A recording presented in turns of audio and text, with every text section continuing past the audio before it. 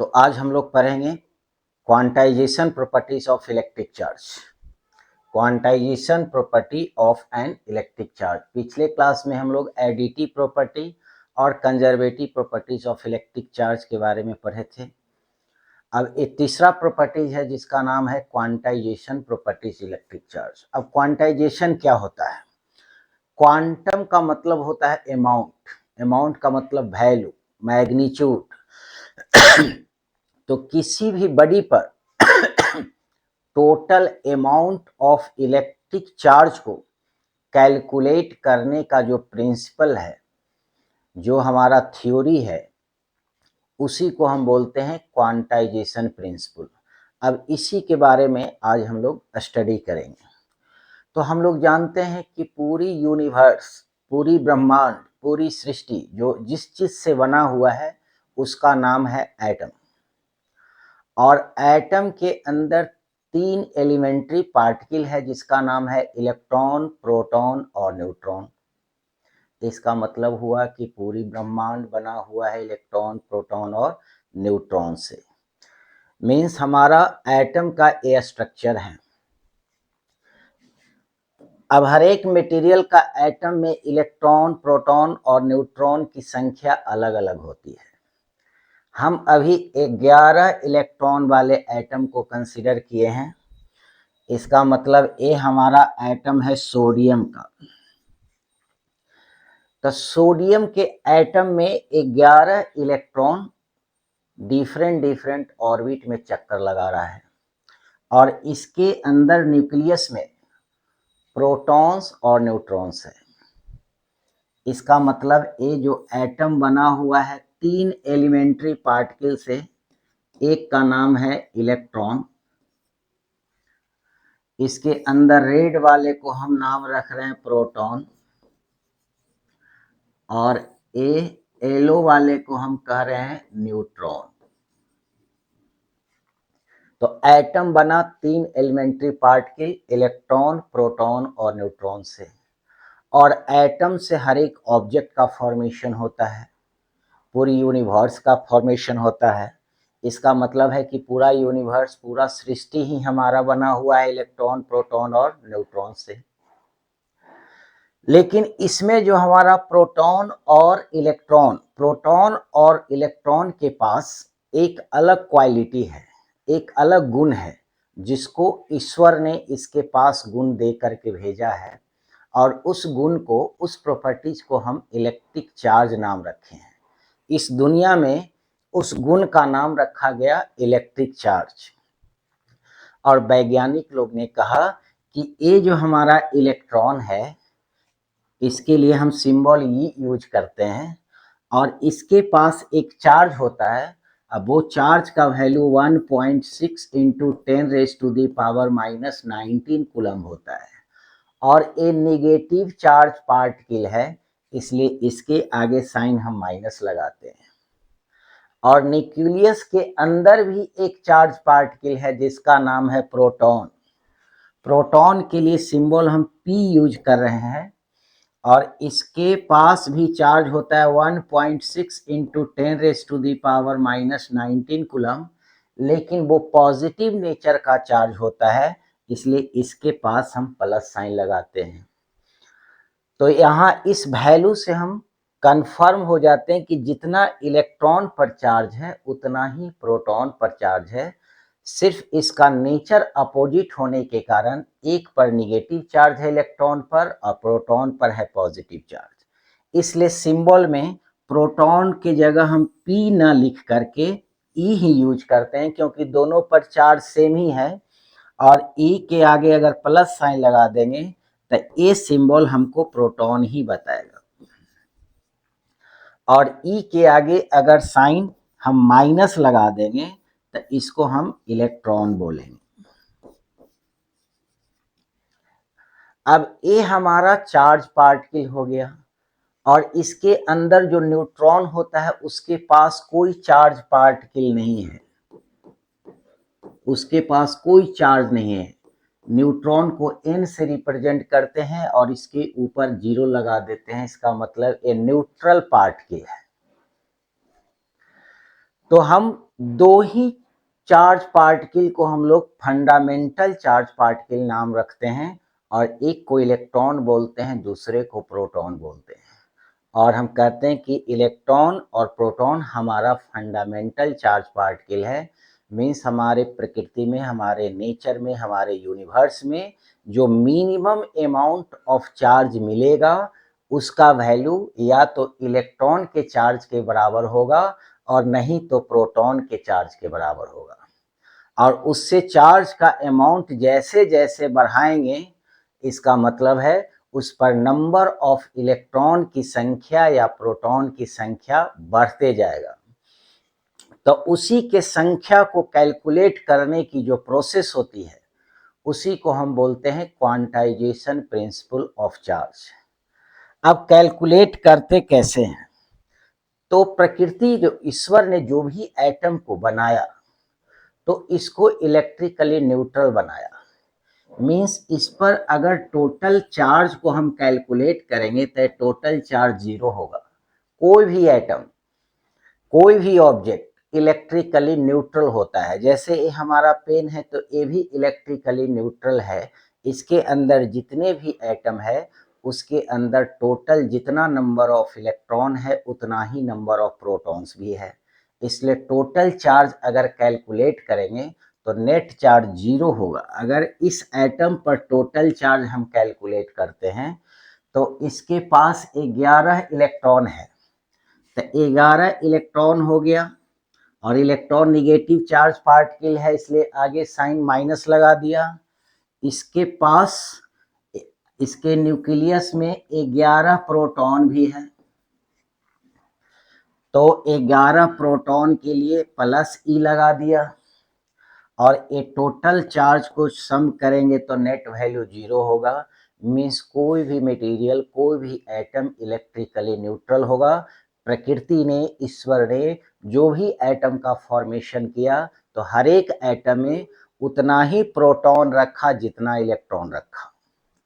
तो अब हम एक्स्ट्रा चार्ज कैसे करेंगे किसी भी बॉडी को? तो इस एटम में अगर इलेक्ट्रॉन की संख्या घटा दें या बढ़ा दे तब इस एटम पर चार्ज का अमाउंट एक्स्ट्रा आ जाएगा, या तो प्लस आ जाएगा नहीं तो माइनस आ जाएगा। तो अगर मान लेते हैं कि इससे एक इलेक्ट्रॉन हम बाहर निकाल देते हैं इसके एटम से, तो इसके अंदर इलेक्ट्रॉन की संख्या कम हो जाएगा। मीन्स अब इसके अंदर टोटल 10 इलेक्ट्रॉन रहेगा अगर एक इलेक्ट्रॉन बाहर निकाल दिया। लेकिन इसके न्यूक्लियस में टोटल 11 प्रोटॉन रहेगा,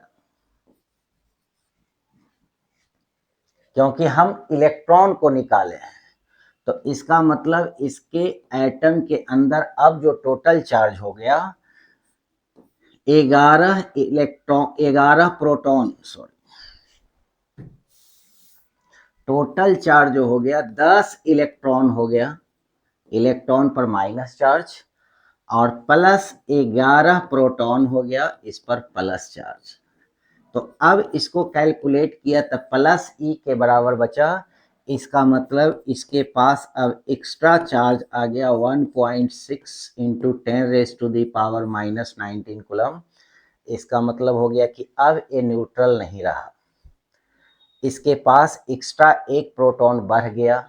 बढ़ने के कारण अब ये सोडियम एटम पॉजिटिवली चार्ज हो गया। सिंबल में जब इसको सोडियम एटम को Na से रिप्रेजेंट करते हैं और इससे अगर एक इलेक्ट्रॉन निकाल लेंगे तो अब ये पॉजिटिवली चार्ज होगा Na+। तो जिससे इलेक्ट्रॉन निकाल लेंगे वो पॉजिटिव चार्ज होगा, और इसका निकाला हुआ इलेक्ट्रॉन अगर किसी दूसरे ऑब्जेक्ट पर ट्रांसफर कर देंगे तो उस पर निगेटिव चार्ज होगा, क्योंकि उस पर निगेटिव चार्ज पार्टिकल बढ़ गया। तो अगर हम सोडियम क्लोराइड का फॉर्मेशन करते हैं तो सोडियम से एक इलेक्ट्रॉन निकाल के अगर क्लोरीन पर ट्रांसफर कर दें तो क्लोरीन पर एक इलेक्ट्रॉन बढ़ गया, तो इसलिए हो गया निगेटिव चार्ज, और इससे एक इलेक्ट्रॉन घट गया तो ये हो गया पॉजिटिव चार्ज। इसका मतलब जो इलेक्ट्रॉन गेन करेगा वो हो जाएगा निगेटिवली चार्ज बॉडी, और जो इलेक्ट्रॉन लॉस करेगा वो हो जाएगा पॉजिटिवली चार्ज्ड बॉडी। अब है कि हम प्रोटॉन को निकाल सकते हैं कि नहीं। तो प्रोटॉन को निकाल सकते हैं, लेकिन ये बहुत कॉम्प्लिकेटेड है, इसमें बहुत हाई अमाउंट ऑफ एनर्जी हमको चाहिए।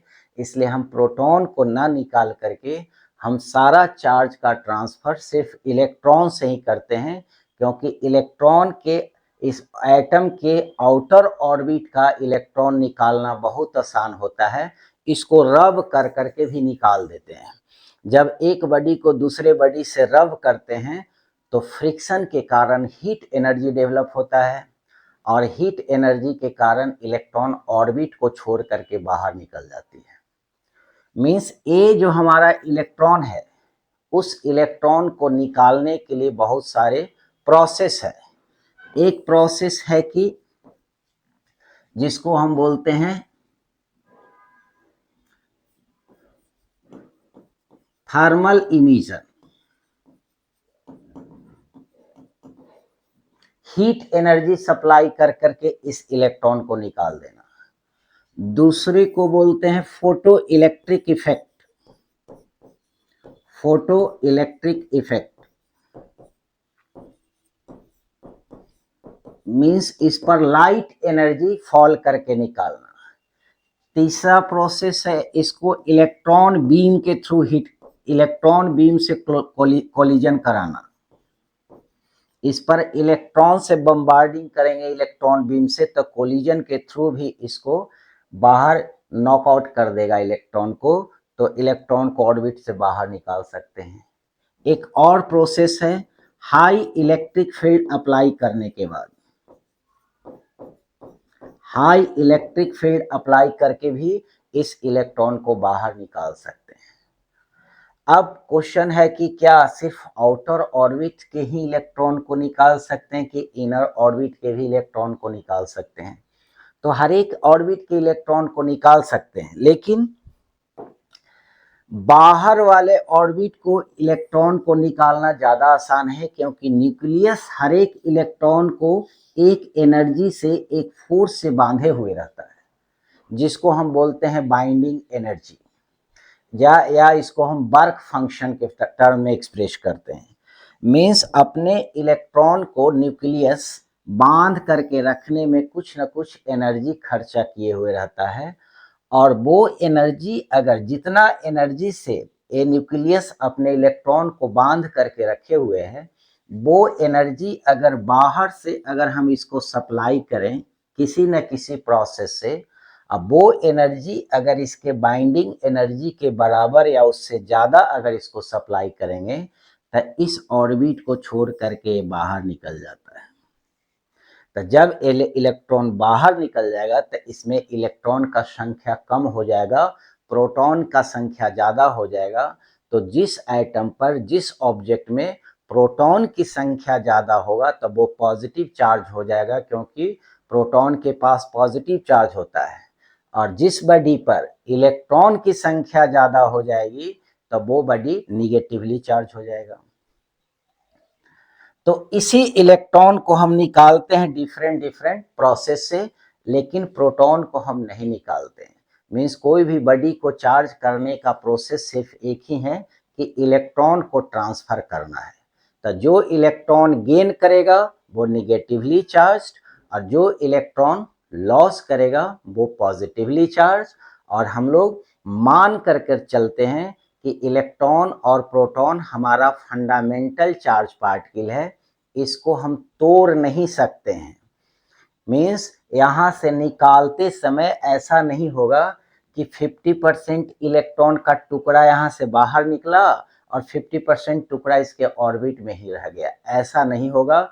जब भी निकलेगा तब कंप्लीट निकलेगा। जैसे इसको हम ऐसे समझ सकते हैं कि हमारे देश में मिनिमम जो करेंसी है उसका अमाउंट है 1 रुपया।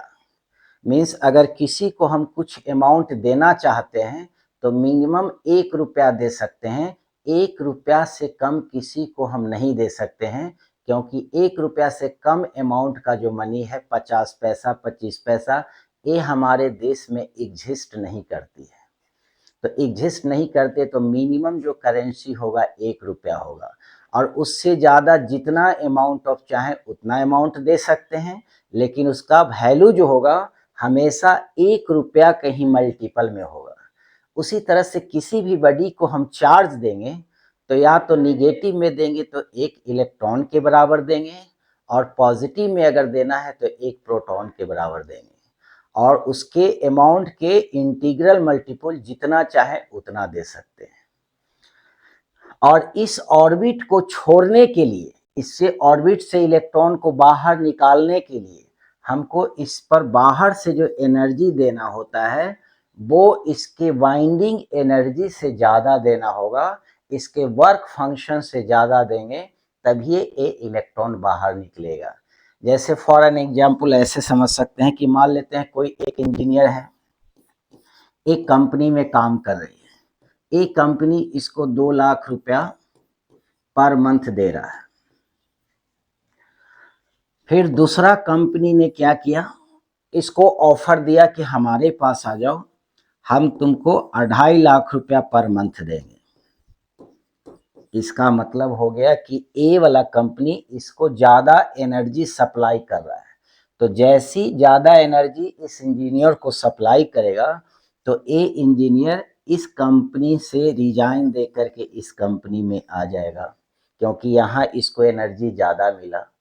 उसी तरह से जब इसको ऑर्बिट को इस ऑर्बिट में ए न्यूक्लियस बांध करके रखने में 2 इलेक्ट्रॉन, मान लेते हैं कि इसके पास एनर्जी जो दिया हुआ है 2 इलेक्ट्रॉन वोल्ट का एनर्जी है, हम इसके पास बाहर से अगर 3 इलेक्ट्रॉन वोल्ट का एनर्जी हम सप्लाई कर दें तो ए इलेक्ट्रॉन इस ऑर्बिट को छोड़कर बाहर निकल जाएगा, और इसी प्रोसेस को हम कहते हैं इजेक्शन ऑफ इलेक्ट्रॉन्स। मींस इसी प्रोसेस से हम ए इलेक्ट्रॉन को बाहर निकालते हैं।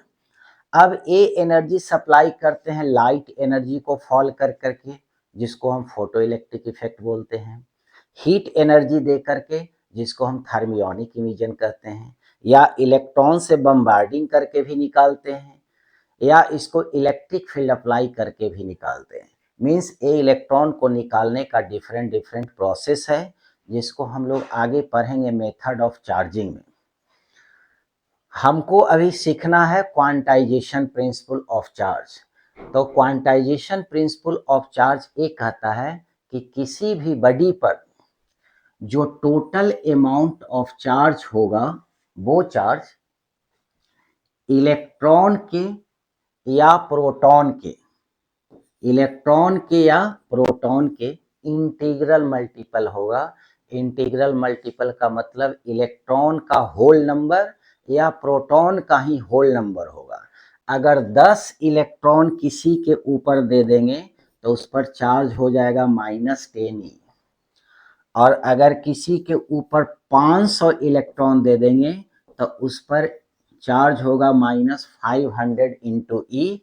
ई का मतलब एक इलेक्ट्रॉन का चार्ज 1.6 इंटू 10⁻⁻19 कूलम। तो इलेक्ट्रॉन के आगे जो ए नंबर लगता है, इस नंबर हमेशा होल नंबर में आएगा। मीन्स काउंटिंग वाला नंबर होगा 1 2 3 4 5 6, इस तरह से। ऐसा नहीं होगा कि 1.5 आएगा। अगर कहेगा कि किसी बॉडी पर चार्ज हम दिए हैं -1.5e, ये संभव है कि नहीं, तो ये संभव नहीं है। क्यों? क्योंकि इसका मतलब हो गया कि एक कंप्लीट इलेक्ट्रॉन दिया और दूसरा इलेक्ट्रॉन का हाफ दे दिया, मीन्स 0.5 इलेक्ट्रॉन। इसका मतलब ये हो गया कि इलेक्ट्रॉन को तोड़ दिया गया। हमारा कंसेप्ट कहता है कि इलेक्ट्रॉन और प्रोटॉन को तोड़ नहीं सकते हैं, ये हमारा फंडामेंटल चार्ज पार्टिकल है, ये टूट नहीं सकता है। इसलिए किसी को हमको देना होगा तो एक कंप्लीट इलेक्ट्रॉन ही दे सकते हैं, उसको तोड़ करके नहीं दे सकते हैं। जैसे किसी को हमको पैसा देना है तो मिनिमम 1 रुपया दे सकते हैं, 50 पैसा नहीं दे सकते हैं, क्योंकि 50 पैसा का हमारे देश में कोई एग्जिस्टेंस नहीं है। उसी तरह से फिर आगे रिसर्च हुआ तो देखा गया कि ये जो प्रोटॉन है और न्यूट्रॉन है, ये भी चार्ज पार्टिकल से ही बना हुआ है। जिसका नाम है क्वार्क्स, जिसका नाम है क्वार्क्स। तब प्रोटॉन जो है 3 क्वार्क से बना हुआ है। इसमें 2 अप क्वार्क है और 1 डाउन क्वार्क है। तो अप क्वार्क, डाउन क्वार्क, ये सारे 6 टाइप का क्वार्क्स होता है। इसके बारे में पिछले क्लास में हम लोग ऑलरेडी डिस्कस कर चुके हैं।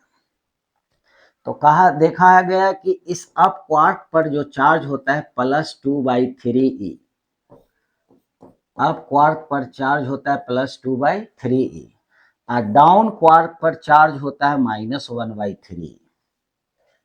तो इसका मतलब है कि ये तो चार्ज हमारा इलेक्ट्रॉन के चार्ज से भी छोटा है। ये इलेक्ट्रॉन के चार्ज का 1/3 है। ये इलेक्ट्रॉन के या प्रोटॉन के चार्ज के 2/3 है। तो ये तो नेचर में जो हमारा क्वार्क है इसका चार्ज इलेक्ट्रॉन और प्रोटॉन के चार्ज से भी कम है। इसका मतलब जो हम लोग प्रिंसिपल बनाए थे कि हमारा फंडामेंटल चार्ज पार्टिकल इलेक्ट्रॉन और प्रोटॉन ही है, इसको तोड़ा नहीं जा सकता है। ये प्रिंसिपल गलत हो गया, क्योंकि यहाँ तो इससे भी कम चार्ज क्वार्क के पास है। तो हाँ, क्वार्क के पास चार्ज इलेक्ट्रॉन और प्रोटॉन से भी कम होता है। मीन्स इलेक्ट्रॉन और प्रोटॉन से कम चार्ज हमारे पास एग्जिस्ट करता है, लेकिन फ्री स्टेट में एग्जिस्ट नहीं करता है। मीन्स ए अप क्वार्क और डाउन क्वार्क फ्री स्टेज में एग्जिस्ट नहीं करता है। ए विद इन द माइक्रो और नैनो सेकेंड ये सारा कंबाइन करके कन्वर्ट कर जाएगा प्रोटॉन्स में और न्यूट्रॉन्स में। न्यूट्रॉन्स का जब फॉर्मेशन, ए प्रोटॉन के फॉर्मेशन में 2 अप क्वार्क और 1 डाउन क्वार्क होता है और न्यूट्रॉन के फॉर्मेशन में 2 डाउन क्वार्क लगता है। 2 डाउन होता है और 1 अप होता है। तो इस पर अगर टोटल चार्ज को कैलकुलेट करेंगे तो डाउन क्वार्क में होता है -1/3, फिर एक डाउन क्वार्क -1/3 और इसमें जोड़ेंगे अप क्वार्क तो +2/3। तो टोटल चार्ज जब इसको कैलकुलेट करते हैं तो नेट चार्ज हो जाता है 0। इसलिए हमारे न्यूट्रॉन के पास कोई चार्ज नहीं होता है, न्यूट्रल होता है। और इस पर जब टोटल चार्ज जोड़ेंगे तो +2/3e 1 up quark, +2/3e 2 up quark और 1 डाउन क्वार्क -1/3। इसको काउंट करेंगे तो 1 प्रोटॉन के चार्ज के बराबर हो गया। तो ए अप और डाउन क्वार्क हमको प्रकृति में, नेचर में फ्री स्टेट में नहीं मिलने के कारण हम इसको फंडामेंटल नहीं मान करके हम इलेक्ट्रॉन और प्रोटॉन को ही फंडामेंटल मान सकते हैं। जैसे 1 रुपया के क्वाइन को हम तोड़ करके फैक्ट्री में 50-50 पैसा के भी 2 क्वाइन बना सकते हैं, लेकिन वो 50 पैसे को लेकर के जब हम मार्केट में जाएंगे तो उसका कोई वैल्यू नहीं देगा, कोई एग्जिस्टेंस नहीं है। हमारे मार्केट में, इंडिया के मार्केट में मिनिमम 1 रुपया का ही एग्जिस्टेंस है। इसलिए इलेक्ट्रॉन का भी अगर ट्रांसमिशन होगा तो एक कंप्लीट इलेक्ट्रॉन इजेक्ट करेगा। एक जगह से दूसरे जगह अगर इलेक्ट्रॉन को ट्रांसमिट करेंगे तो हमेशा कंप्लीट फॉर्म में इलेक्ट्रॉन ट्रांसफर होगा, टुकड़ा के फॉर्म में इलेक्ट्रॉन का ट्रांसफर नहीं होगा। मीन्स कहेगा कि इलेक्ट्रॉन को ट्रांसफर ऐसे कर रहे हैं तो ये संभव नहीं है। मीन्स इलेक्ट्रॉन को तोड़ा नहीं जा सकता है, लेकिन होल नंबर में 1 इलेक्ट्रॉन, 2 इलेक्ट्रॉन, 3 इलेक्ट्रॉन, 4 इलेक्ट्रॉन, इस फॉर्म में इलेक्ट्रॉन को ट्रांसफर कर सकते हैं। तो इसी को हम क्वांटाइजेशन ऑफ चार्ज कहते हैं। तो इस प्रिंसिपल को पहले हम लोग देख लेते हैं कि प्रिंसिपल कहता क्या है। तो हमारा ये प्रिंसिपल कहता है quantization principle. Quantization of charge is the principle, एक ऐसा सिद्धांत है that the charge of any object is an integer multiple of charge of an electron or proton। Means किसी भी ऑब्जेक्ट पर, किसी भी बॉडी पर जो टोटल चार्ज होगा वो या तो इलेक्ट्रॉन का और नहीं तो प्रोटॉन का इंटीजर मल्टीपल होगा। प्रोटॉन है तो आगे प्लस साइन, इलेक्ट्रॉन है तो माइनस साइन। इंटीजर, जहां n को हम बोलेंगे एन इंटीजर। इंटीजर का मतलब फ्रैक्शन नहीं, होल नंबर। 1 2 3 5 ये सब होल नंबर है, 1.5 ए फ्रैक्शन है, ये इंटीजर नहीं है। यही हमारा सिद्धांत है क्वांटाइजेशन प्रिंसिपल का।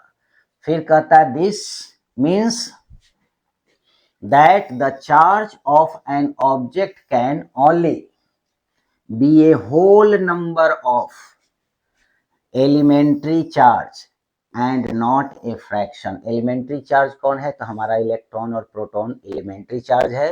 मीन्स किसी भी बॉडी पर अगर जो चार्ज देंगे वो इलेक्ट्रॉन और प्रोटॉन का होल नंबर में ट्रांसफर होगा। मीन्स ये कभी फ्रैक्शन में ट्रांसफर नहीं होगा। मीन्स किसी भी बॉडी पर जो टोटल अमाउंट ऑफ चार्ज देंगे वो इंटीग्रल मल्टीपल ऑफ या तो इलेक्ट्रॉन तो आगे साइन माइनस, और अगर प्रोटॉन देंगे तो आगे साइन प्लस। ये हमारा इक्वेशन है, ये हमारा फार्मूला है क्वांटाइजेशन प्रिंसिपल का। इसी से हम न्यूमेरिकल क्वेश्चन बनाते हैं। तो हम मान लेते हैं कि ये हमारा कोई बॉडी है और हर एक बॉडी एटम से बना हुआ है। हर एक एटम के अंदर जितना नंबर ऑफ इलेक्ट्रॉन होता है उतना ही नंबर ऑफ प्रोटॉन होता है। मीन्स ऐसे हमारा पूरा का पूरा ये बॉडी इलेक्ट्रिकली न्यूट्रल है। अब हम चाहते हैं कि इससे इलेक्ट्रॉन को निकाल दें। निकालने का बहुत सारे प्रोसेस हम लोग जान चुके हैं। तो अगर ए इलेक्ट्रॉन को बाहर निकालें, ए इलेक्ट्रॉन को बाहर निकालें तो ये दोनों इलेक्ट्रॉन कंप्लीट फॉर्म में निकलेगा, टुकड़ा की तरह नहीं निकलेगा। ऐसे निकलेगा, ऐसे नहीं निकलेगा, टूट कर नहीं निकलेगा। टूट कर निकलने का मतलब ये फ्रैक्शन के रूप में निकला। तो यहां से बाहर निकला तो चार्ज जो टोटल आ जाएगा, 2 इलेक्ट्रॉन निकाले हैं तो 2 इलेक्ट्रॉन और आगे साइन हो जाएगा -2। तो अगर इसके एटम से 2 इलेक्ट्रॉन बाहर निकल गया तो इसके अंदर 2 प्रोटॉन की संख्या बढ़ गया होगा। तो इस बॉडी पर 2 प्रोटॉन की संख्या बढ़ जाने के कारण इस बॉडी पर पॉजिटिव चार्ज हो जाएगा। तो कितना प्रोटॉन के बराबर? तो 2 प्रोटॉन के बराबर। प्रोटॉन के बराबर है इसलिए आगे साइन प्लस। तो ए वाला संख्या आगे जो 2 लगा हुआ है वो 3 4 500,000 मिलियन ट्रिलियंस कुछ भी हो सकता है, लेकिन हमेशा होल नंबर में होता है। इसलिए इस टोटल अमाउंट ऑफ चार्ज के लिए इन जनरल आगे लगा देते हैं n, और इलेक्ट्रॉन या प्रोटॉन के लिए आगे ई लगाएंगे। अगर इलेक्ट्रॉन साइन रहेगा तो माइनस साइन, प्रोटॉन की संख्या ज्यादा रहेगा तो प्लस साइन। और इसी को हम कहते हैं कि charge on any body is an integral multiple of an electron या प्रोटॉन। इंटीग्रल मल्टीपल का मतलब हो गया होल नंबर। ये हमारा है quantization principle of electric charge. अब इससे आगे हमको देखना है कि इलेक्ट्रॉन को ऑर्बिट से बाहर निकालते कैसे। तो उसके निकालने का जो प्रोसेस है, कैसे निकलता है, तो एक तो होता है फोटो इलेक्ट्रिक इफेक्ट से, एक होता है इलेक्ट्रॉन बीम से। ये हमारा सोडियम का एटम है और ये सोडियम का न्यूक्लियस है जिसके चारों ओर इलेक्ट्रॉन है। तो सोडियम में 11 इलेक्ट्रॉन है, यहाँ 10 इलेक्ट्रॉन हुआ। एक ऑर्बिट और बढ़ेगा, इसमें एक और इलेक्ट्रॉन आएगा, टोटल 11 इलेक्ट्रॉन हो गया। अब इस इलेक्ट्रॉन को हमको निकालना है। तो इसको निकालने का हमारे पास मेथड है कि इस पर लाइट एनर्जी फॉल करा दें। मीन्स अगर हम इस पर लाइट एनर्जी को फॉल कराते हैं, मान लेते हैं कि इस पर हम लाइट एनर्जी फॉल कराते हैं, तो लाइट एनर्जी के पास छोटे छोटे पार्टिकल्स होते हैं जिसको हम फोटॉन्स बोलते हैं, और जिसके पास एनर्जी h इंटू न्यू होता है। New is the frequency of light and h is the Planck constant. इस फ्रीक्वेंसी को लिखते हैं c अपॉन लैम्डा। c का मतलब स्पीड ऑफ लाइट, लैम्डा का मतलब वेवलेंथ ऑफ लाइट। इसका मतलब जिस लाइट का वेवलेंथ छोटा होगा उस लाइट के पास जो फोटॉन्स होगी, इसके अंदर छोटे छोटे पार्टिकल्स होते हैं। और ये सारे पार्टिकल्स को हम फोटॉन्स बोलते हैं। और ये फोटॉन्स एक एनर्जी लेकर के चलता है और इसके पास जो एनर्जी होता है एच न्यू, जिसको एच सी अपॉन लैम्डा बोलते हैं। अब ये जो लाइट आ रहा है उसकी वेवलेंथ अगर छोटा होगा, इसका मतलब उसके फोटॉन्स के पास एनर्जी ज़्यादा होगा। मान लो हमको इस इलेक्ट्रॉन को बाहर निकालना है और इस इलेक्ट्रॉन को ये न्यूक्लियस बांध करके रखे हुए रहता है एक एनर्जी से, जिसको हम बोलते हैं बाइंडिंग एनर्जी या वर्क फंक्शन ऑफ इलेक्ट्रॉन्स। तो ए इलेक्ट्रॉन सबको न्यूक्लियस बांध करके रखे हुए रहता है, लेकिन जो इलेक्ट्रॉन नज़दीक में रहता है उस पर न्यूक्लियस ज़्यादा एनर्जी से बांध कर रखता है, और जो इलेक्ट्रॉन दूर होता है उसको बांध के रखने में कम एनर्जी लगाता है। इसका मतलब ये होता है कि आउटर ऑर्बिट के इलेक्ट्रॉन को निकालना ज़्यादा आसान होता है कंपेयर टू इनर ऑर्बिट के इलेक्ट्रॉन को। तो अगर हमको आउटर ऑर्बिट के इस इलेक्ट्रॉन को निकालना है और इस ऑर्बिट के इलेक्ट्रॉन को ए न्यूक्लियस हमको मान लेते हैं कि कुछ एनर्जी से बांध करके रखे हुए, 2 इलेक्ट्रॉन वोल्ट की एनर्जी से बांध के रखे हुए हैं, तो बाहर से अगर हम इसको लाइट एनर्जी फॉल कराते हैं उस फोटॉन्स के पास, उस फोटॉन्स को जिस फोटॉन्स के पास एनर्जी 2 इलेक्ट्रॉन वोल्ट से ज़्यादा है, मान लेते हैं 2.5 इलेक्ट्रॉन वोल्ट का फोटॉन्स इस पर हिट कराएंगे, तब क्या करेगा, ये इस ऑर्बिट को छोड़ करके बाहर निकल जाएगा। या इस पर इलेक्ट्रॉन के बीम से भी अगर इसको हीट कराते हैं तो इसको कोलिजन के थ्रू भी इसको इस ऑर्बिट से नॉकआउट कर देगा इलेक्ट्रॉन को। तो इलेक्ट्रॉन बीम से भी इलेक्ट्रॉन को निकाला जाता है, हीट कर करके भी निकाला जाता है। जैसे एक बॉडी को दूसरे बॉडी से रब करते हैं तो हीटिंग इफेक्ट से भी इलेक्ट्रॉन बाहर निकलता है, जिसको हम लोग आगे पढ़ेंगे मेथड ऑफ चार्जिंग में। तो इस प्रोसेस से हम इलेक्ट्रॉन निकाल लेते हैं। तो यहाँ से इसको देखते हैं, इलेक्ट्रॉन बीम से पहले निकालते हैं इसको, फिर लाइट एनर्जी से निकालेंगे। तो यहाँ से इलेक्ट्रॉन बीम चलाया और इस इलेक्ट्रॉन को टारगेट किया, तो इस इलेक्ट्रॉन पर जब हमारा बाहर वाले इलेक्ट्रॉन का बीम आकर के हिट करेगा तो इसका इलेक्ट्रॉन यहाँ से इजेक्ट कर जाएगा, और ऐसा नहीं होगा कि टूट करके निकलेगा, कंप्लीट निकलेगा। यही हमारा क्वांटाइजेशन प्रिंसिपल है। तो पूरा का पूरा कंप्लीट इलेक्ट्रॉन निकल रहा है, मीन्स बाहर का हमारा इलेक्ट्रॉन बीम आ करके इसके इलेक्ट्रॉन को हिट करता है और पूरा कंप्लीट इलेक्ट्रॉन नॉकआउट करके बाहर निकाल देता है। लेकिन इनर ऑर्बिट के ये इलेक्ट्रॉन निकल रहा है, इसलिए इसको निकालने में ज़्यादा एनर्जी लगेगा, और अगर हम इसको निकालना चाहेंगे तो इसके कंपेयर में बहुत कम एनर्जी में ही ये बाहर निकल जाएगा। तो ये इलेक्ट्रॉन बीम से हम इलेक्ट्रॉन को इजेक्ट करा रहे हैं, और इससे अगर एक इलेक्ट्रॉन बाहर निकल रहा है तो इस पर एक प्रोटॉन की संख्या ज़्यादा हो जाएगा, मीन्स ए पॉजिटिवली चार्ज होगा, और इसका जो निकला हुआ इलेक्ट्रॉन किसी दूसरे के ऊपर चला जाएगा। अगर इससे जो इलेक्ट्रॉन निकल रहा है ये किसी दूसरे ऑब्जेक्ट पर जा करके शिफ्ट कर जाएगा तब वो निगेटिव चार्ज बॉडी हो जाएगा। तो इसी को जब हम फोटो इलेक्ट्रिक इफेक्ट के थ्रू अगर लाइट एनर्जी के थ्रू अगर निकालना चाहें तो लाइट एनर्जी के थ्रू भी ये निकल सकता है। अब वो कैसे निकलेगा सो देखते हैं। ये हमारा टंगस्टन का मटेरियल है, ये ब्लॉक है टंगस्टन का, और इसके अंदर जब माइक्रोस्कोपिक मेजरमेंट करते हैं तो इसके अंदर का इस तरह का एटम का स्ट्रक्चर है। मीन्स टंगस्टन का एक एटम के अंदर ये सारा इलेक्ट्रॉन है, वो इलेक्ट्रॉन की संख्या 74 है, इसकी संख्या 74 है, इसका एटॉमिक नंबर होता है 74। तो 74 इसका एटॉमिक नंबर है, तो 74 इलेक्ट्रॉन होगा और इसके न्यूक्लियस में 74 प्रोटॉन होगा एक एटम के अंदर। ऐसे तो ये पूरा का पूरा ब्लॉक हमको कंटिन्यूअस नजर आता है। तो जो हम आंख से बाहर से देखते हैं उसको बोलते हैं मैक्रोस्कोपी, और जब हम उसको माइक्रोस्कोप से देखते हैं तो उसको बोलते हैं माइक्रोस्कोपिक मेजरमेंट। तो इस पूरी ब्रह्मांड और पूरी सृष्टि को जब हम माइक्रोस्कोपिक मेजरमेंट करेंगे तो वहां पर हर एक बॉडी, हर एक ऑब्जेक्ट डिस्क्रीट नजर आएगा, कंटिन्यूअस नहीं।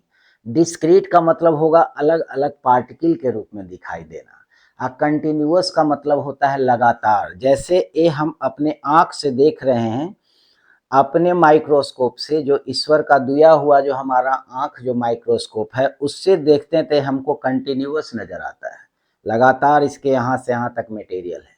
लेकिन इसी को जब हम माइक्रोस्कोप से देखेंगे, हम लोग जो खुद अपना एक अलग से आंख बनाए हैं जिसको साइंटिफिक आइज कह सकते हो, जिसको माइक्रोस्कोप नाम दिया गया है, उससे जब देखेंगे तो इसके अंदर छोटे छोटे एटम नजर आएगा। एटम के अंदर छोटे छोटे इलेक्ट्रॉन, प्रोटॉन, न्यूट्रॉन नजर आएगा और हर एक इलेक्ट्रॉन एक दूसरे से अलग अलग एक पार्टिकल के रूप में है। इसका मतलब एक कंटिन्यूअस नहीं है, डिसकंटिन्यूअस है। मीन्स इसको डिस्क्रीट बोलेंगे, अलग अलग रूप में। तो अलग अलग रूप में छितराया हुआ जो भी चीज होता है, जैसे मान लिया एक टोकरी हम सेव लिया और उसको ग्राउंड पर छितरा दिया तो सारा सेव अलग अलग हो गया, तो उसको बोलेंगे डिस्क्रीट। और मान लेते हैं कि एक बाल्टी पानी लेकर के गिरा दिया जमीन पर, तब वो पानी हमको आंख से दिखाई देगा कंटिन्यूअस, लेकिन वो कंटिन्यूअस होता नहीं है। जब उसको माइक्रोस्कोपिक मेजरमेंट करेंगे तो उसके अंदर वाटर मॉलिक्यूल्स अलग अलग फॉर्म में दिखाई देगा। तो ये सब डिस्क्रीट फॉर्म में दिखाई देगा। मीन्स पूरा हमारा सृष्टि जो है कंटिन्यूअस नहीं है, माइक्रोस्कोपिक लेवल पर वो डिसकंटिन्यूअस है, मीन्स डिस्क्रीट फॉर्म में है। लेकिन हम जब अपने से ऑब्जर्व करते हैं ह्यूमन आई के थ्रू, नॉर्मल प्रैक्टिस में जब हम उसको देखते हैं तब वो हमको कंटिन्यूअस नजर आता है। तो ये हमारा कंटिन्यूअस और डिसकंटिन्यूअस का कंसेप्ट है। तो ये इलेक्ट्रॉन हमारा टंगस्टन के मटेरियल, ये हमारा टंगस्टन का ब्लॉक है। इसके एक एटम को जब हम माइक्रोस्कोप से ऑब्जर्व करते हैं तो इतना सारे इलेक्ट्रॉन एक एटम के अंदर है, मीन्स 74 इलेक्ट्रॉन है, इसके अंदर 74 प्रोटॉन्स है। ये हमेशा एक ऑर्बिट में घूम रहा है। तो ये ऑर्बिट में एक गिवन स्पीड से घूमता है। वो स्पीड बहुत हाई होता है, करीब करीब 2 × 10⁻⁶ मीटर पर सेकेंड। मीन्स इतना हाई स्पीड से घूमता है कि ये हमको दिखाई देता ही नहीं आँख से कि वास्तव में अलग अलग है कि लगातार है। ये लगता है कि पूरा का पूरा एक इलेक्ट्रॉन का क्लाउड है, एक बादल है, बादल की तरह घेरे हुए रहता है चारों ओर। तो इस तरह से ये इलेक्ट्रॉन इसके ऑर्बिट के चारों ओर घूम रहा है। इसका स्पीड हम स्लो किए हैं सिर्फ देखने के लिए, समझने के लिए, नहीं तो इसका स्पीड बहुत हाई है। तो अगर हम इस इलेक्ट्रॉन को निकालना चाहें, अगर हम इस इलेक्ट्रॉन को निकालना चाहते हैं तो हम जानते हैं कि बाहर आउटर सेल के इलेक्ट्रॉन को निकालना बहुत आसान होता है। तो इसका निकालने का एक प्रोसेस है कि इस पर लाइट एनर्जी फॉल कराएं।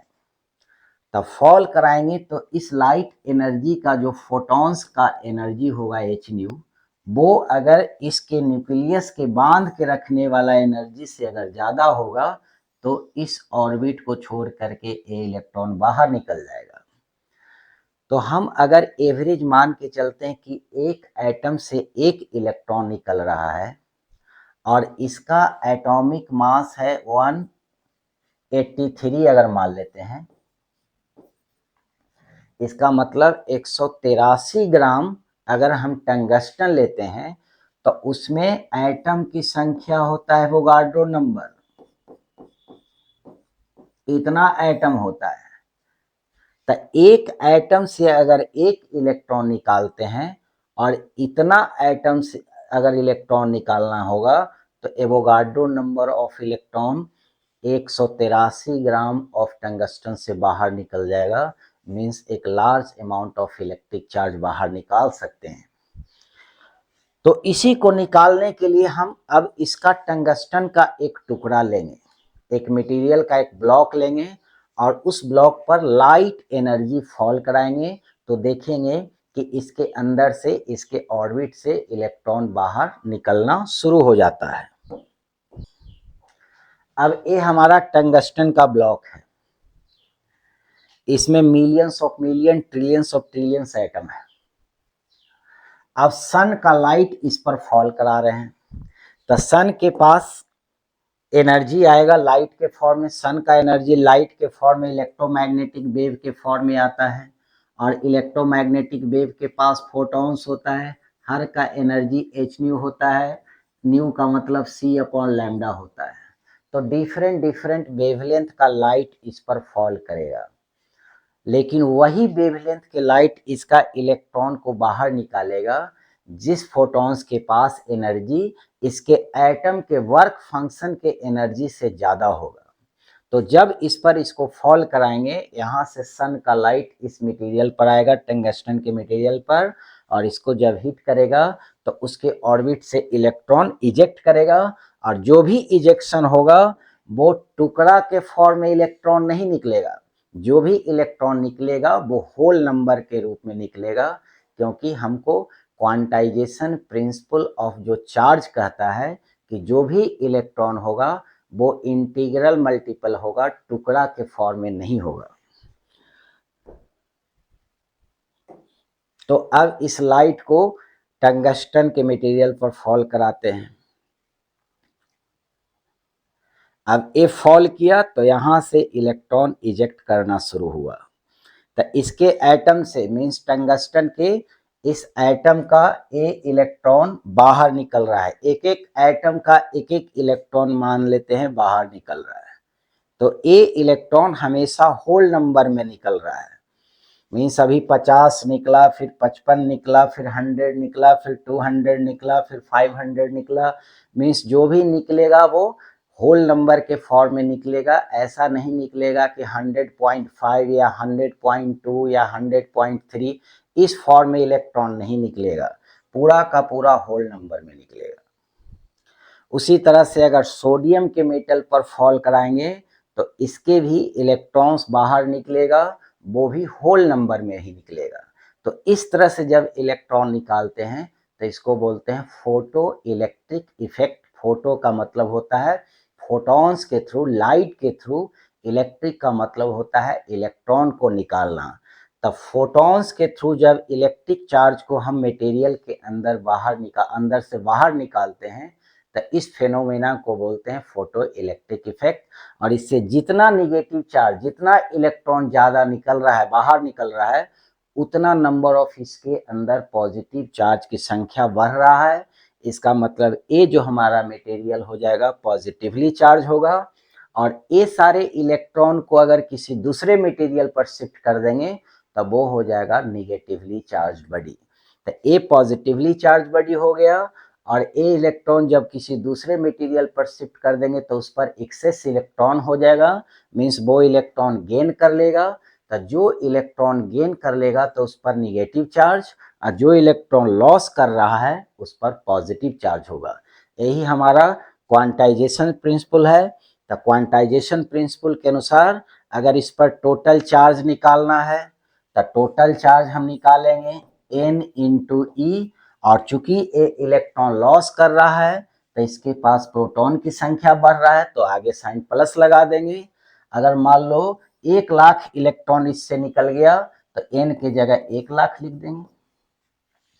तो 10⁵ इंटू ई, और इलेक्ट्रॉन का चार्ज हम लोग जानते हैं 1.6 इंटू 10⁻⁻19 कूलम। तो टोटल इस पर इतना पॉजिटिव चार्ज डेवलप हो जाएगा, क्योंकि ये इलेक्ट्रॉन लॉस कर रहा है तो इसके अंदर प्रोटॉन की संख्या बढ़ रहा है। और ये इलेक्ट्रॉन अगर किसी दूसरे बॉडी पर शिफ्ट कर दें, मान ले ये हमारा बॉडी है और ये सारे इलेक्ट्रॉन को इस पर ला करके शिफ्ट कर दें तो इस पर एक्सेस इलेक्ट्रॉन हो जाएगा, तो इस पर जो टोटल चार्ज हो जाएगा n इंटू ई, और चूंकि ये इलेक्ट्रॉन को गेन कर रहा है तो इसके आगे साइन माइनस लगा देंगे। तो 5 लाख इलेक्ट्रॉन ये लॉस किया, 5 लाख इलेक्ट्रॉन ये गेन किया, तो यहाँ n की जगह 10⁵ रख दिया, और एक इलेक्ट्रॉन का चार्ज 1.6 इंटू 10⁻⁻19 कूलम, मीन्स जितना ये प्लस चार्ज हुआ उतना ये माइनस चार्ज हो जाएगा। तो यही प्रिंसिपल है। और इसीलिए हम एक इक्वेशन लिखते हैं क्वांटाइजेशन प्रिंसिपल पर कि किसी भी बॉडी पर जो टोटल चार्ज होगा वो प्लस और माइनस में n इंटू ई होगा।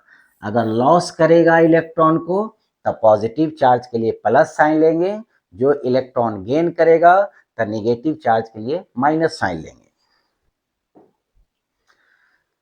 ए बॉडी से हम इलेक्ट्रॉन को निकाल करके इस बॉडी पर ट्रांसफर कर दिए हैं और इस पर टोटल 50 इलेक्ट्रॉन को हम ट्रांसफर कर दिए।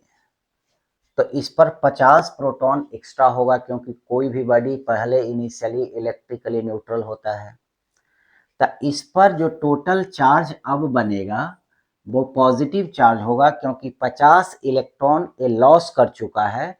तो जो लॉस करेगा उस पर पॉजिटिव चार्ज होगा क्योंकि उसके न्यूक्लियस में प्रोटॉन की संख्या बढ़ जाने के कारण Q बराबर Ne अगर लगाएंगे तो ये लॉस कर रहा है तो प्लस चार्ज आएगा क्योंकि इस पर प्रोटॉन की संख्या बढ़ रहा है, और ये गेन कर रहा है तो Ne वाले फार्मूला में आगे माइनस साइन लगाएंगे क्योंकि ये एक्सेस निगेटिव चार्ज को एक्सेप्ट कर रहा है।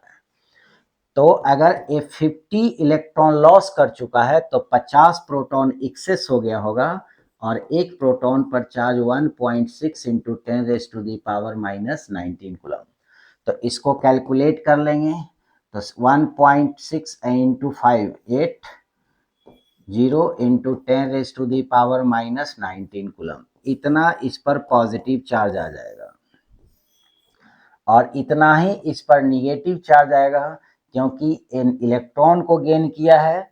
कितना इलेक्ट्रॉन? 50 इलेक्ट्रॉन गेन किया है और एक इलेक्ट्रॉन पर चार्ज उतना ही होता है जितना प्रोटॉन पर होता है। तो ये भी होगा 80 इंटू 10⁻⁻19 कूलम, लेकिन इस पर माइनस में होगा और इस पर प्लस पर होगा। तो बेसिक हमारा यही फार्मूला होगा जिससे आगे सारा न्यूमेरिकल क्वेश्चन हम लोग बनाएंगे। Q is equal two plus minus Ne।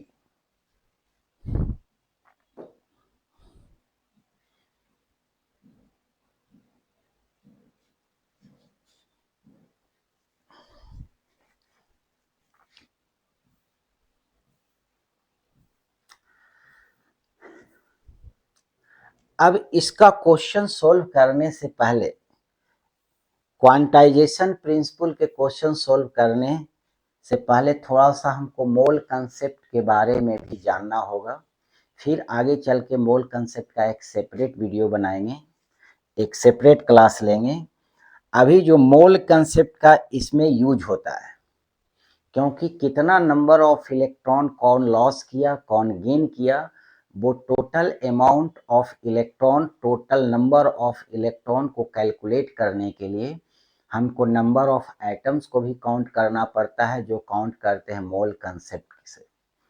तो मोल कंसेप्ट क्या है? ये सारे हमारे डिफरेंट नेचर में मटेरियल मिलता है, जैसे कॉपर है, सिल्वर है, गोल्ड है, मैग्नीशियम है, मरकरी है, लेड है, स्टील है, आयरन है। ये सारे हमारे डिफरेंट मटेरियल है और हर एक मटेरियल बना हुआ है एटम से, लेकिन हर एक मटेरियल का एटम के अंदर इलेक्ट्रॉन और प्रोटॉन का नंबर सेम नहीं होता है। सब मटेरियल के अलग अलग प्रोटॉन्स और न्यूट्रॉन्स से बनाया गया है, इसलिए सब नेचर में अलग अलग है। अगर सब में इलेक्ट्रॉन प्रोटॉन न्यूट्रॉन की संख्या सेम रख दिया जाता तो सब एक ही तरह का मटेरियल बनता। इसलिए डिफरेंट टाइप का मटेरियल के लिए डिफरेंट टाइप का एटम मिलता है, जिसमें नंबर ऑफ इलेक्ट्रॉन और नंबर ऑफ प्रोटॉन न्यूट्रॉन की संख्या अलग अलग होगा। जैसे ये हमारा कॉपर है, तो ये जो पीरियोडिक टेबल में हम लोग देखते हैं कि कॉपर कहाँ पर है, तो यहाँ मेरा कॉपर है। तो कॉपर में लिखा हुआ इसका एटॉमिक नंबर है 29। इसका मतलब है कि इसके अंदर न्यूक्लियस के अंदर 29 प्रोटॉन है और 29 इलेक्ट्रॉन भी है और इसके अंदर 35 न्यूट्रॉन भी है। तो एक कॉपर को बनाने में 29 प्रोटॉन लगा, 29 इलेक्ट्रॉन लगा, 35 न्यूट्रॉन लगा। उसी तरह से अगर हमको सिल्वर को देखना है तो इसी ऑर्डर में नीचे एक सिल्वर है, तो सिल्वर का यहाँ एटॉमिक नंबर है 47। इसका मतलब सिल्वर के एक एटम को बनाने में 47 इलेक्ट्रॉन और 47 प्रोटॉन लगा हुआ है। उसी तरह से ए गोल्ड है, तो गोल्ड के यहाँ से देखते हैं तो ए हमारे गोल्ड का है एटॉमिक नंबर 79। इसका मतलब गोल्ड का एक एटम को बनाने में 79 प्रोटॉन और 79 इलेक्ट्रॉन लगा हुआ है। तो इसके अंदर कितना कितना मास में कितना नंबर ऑफ एटम प्रेजेंट होगा, उसको निकालने की कंसेप्ट को ही बोलते हैं मोल। तो उसके नंबर ऑफ एटम्स निकालने को कैलकुलेट करने के लिए कॉपर के मान लिए हमको कोई दे दिया 20 ग्राम का टुकड़ा, तौल लिया कि 20 ग्राम कॉपर है, तो उसके अंदर कॉपर का कितना एटम होगा, उसकी कितनी संख्या होगा, उसको कैलकुलेट करने की जो कंसेप्ट है उसी को हम मोल बोलते हैं। तो मोल कैसे डिफाइन करते हैं? तो मोल को डिफाइन ऐसे करते हैं, जैसे हम ये सोडियम का टुकड़ा लिया है, ये हमारा सोडियम है, ये सोडियम मेटल का एक टुकड़ा है। जब हम इसको माइक्रोस्कोप से, ऐसे तो हमको कंटिन्यूअस नजर आ रहा है, जब इसको माइक्रोस्कोप से देखेंगे तो इसके अंदर ऐसा गुच्छा टाइप का, अंगूर की गुच्छा टाइप का, ऐसे इतना सारे एटम, ऐसे छोटे छोटे छोटे छोटे एटम दिखाई देंगे इसके अंदर। तो ये सारा एटम को हम देख ही नहीं सकते हैं, तो काउंट कैसे करें? ये इतना छोटा एटम है, एटम का साइज होता है 10⁻⁻10 मीटर के रेडियस में। हम लोग देखते हैं 0.1 मिलीमीटर के साइज को ही हमारा आंख देख सकता है, इससे छोटा साइज हम देख ही नहीं सकते। मीन्स 10⁻⁻4 मीटर तक के ही साइज को हम देख सकते हैं, और एटम का साइज है 10⁻⁻10, तो ये हम अपने नेकेड आई से देख ही नहीं सकते हैं। फिर इसके अंदर, एटम के अंदर चलते हैं तो इलेक्ट्रॉन प्रोटॉन ए वाला है, इसका तो साइज और आता है 10⁻⁻18 मीटर के रेंज में, तो इसको तो और देखना संभव नहीं है, तो इसके लिए हम माइक्रोस्कोप यूज करते हैं। तो माइक्रोस्कोप से देखा गया कि इसके अंदर ये ऐसे छोटे छोटे बहुत सारे एटम भरे पड़े हैं, तब वो इतना छोटा छोटा है जिसको काउंट करना संभव नहीं है। तो इसी के काउंट करने के लिए एवोगाड्रो नामक वैज्ञानिक ने एक स्केल बनाया जिसको हम बोलते हैं एवोगाड्रो नंबर। जैसे हम लोग अपने मार्केटिंग करने के लिए, कैलकुलेट करने के लिए, दिनचर्या का काम में काउंट करने के लिए एक स्केल बनाए हैं जिसको बोलते हैं डोजन, दर्जन।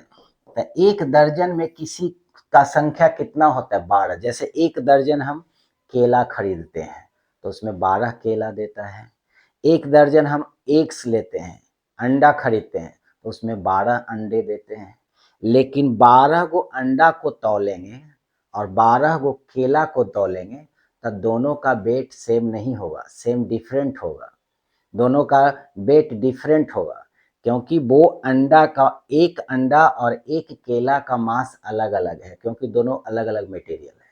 उसी तरह से कॉपर का एक एटम और एल्युमिनियम का एक एटम, दोनों एटम का मास अलग अलग होता है, इसलिए अलग अलग होने के कारण दोनों का amount of atom, number of atom अगर सेम रखेंगे फिर भी मास अलग अलग होगी।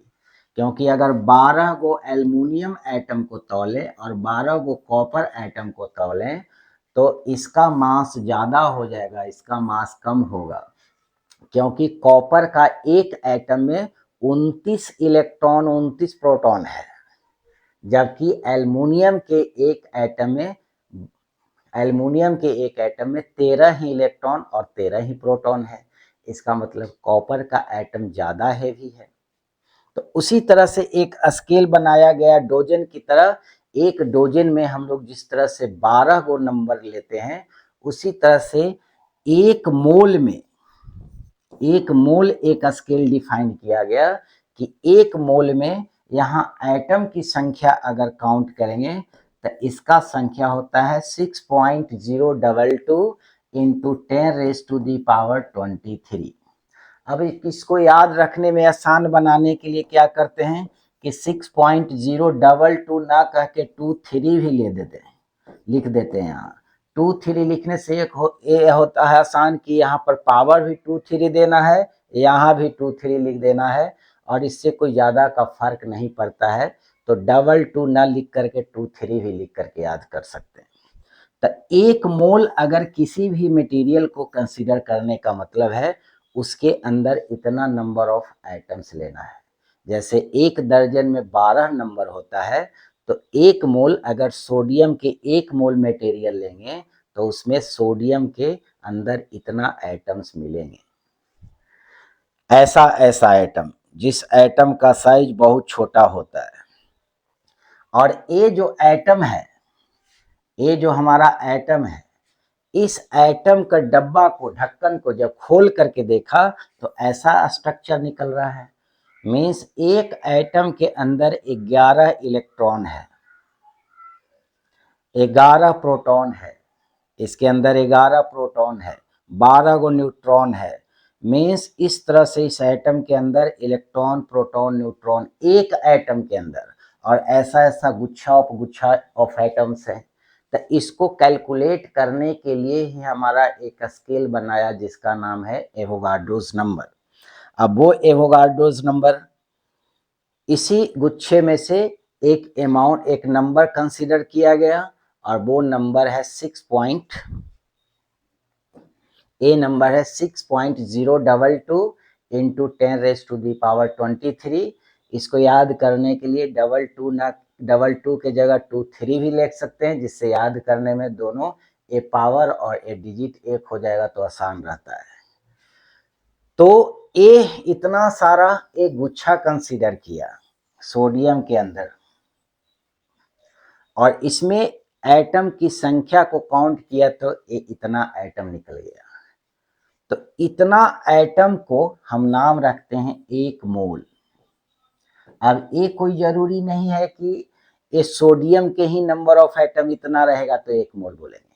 इतना नंबर ऑफ एटम सोडियम का हो या कॉपर का हो या सिल्वर का हो या गोल्ड का हो या मरकरी का हो, किसी भी मटेरियल का हो, हर एक मटेरियल के एटम की संख्या अगर इतना होगा तो उसको हम 1 मोल कहेंगे।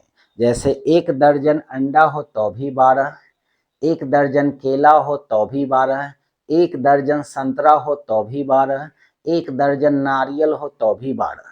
तो उसी तरह से 1 मोल कोई भी मटेरियल का लेंगे तो उस मटेरियल की एटम की संख्या इतना होगा। तो अब इसको निकालते कैसे हैं? तो जैसे सोडियम का 23 ग्राम, ये जो हमारा सोडियम है, ये सोडियम का एक टुकड़ा लिया तौल करके 23 ग्राम, और इस 23 ग्राम सोडियम के अंदर इतना सारा एटम देखा गया। मीन्स 23 ग्राम सोडियम के अंदर इतना सारा एटम देखा गया, means Avogadro's number of atom, इसी को एवोगाड्रोस नंबर बोलते हैं। इतना एटम पाया जाता है कितना में? 23 ग्राम में। और इतना एटम की संख्या को हम 1 मोल बोलते हैं, इसीलिए 23 ग्राम को हम मोलर मास बोलते हैं। 1 मोल एटम का मास को हम मोलर मास बोलेंगे। मीन्स 23 ग्राम सोडियम को मोलर मास बोलते हैं, इसलिए क्योंकि ये 1 मोल एटम का, इस पूरा एटम को तौल देंगे, मीन्स इतना एटम सोडियम को तौलेंगे तो हमको 23 ग्राम मिलेगा।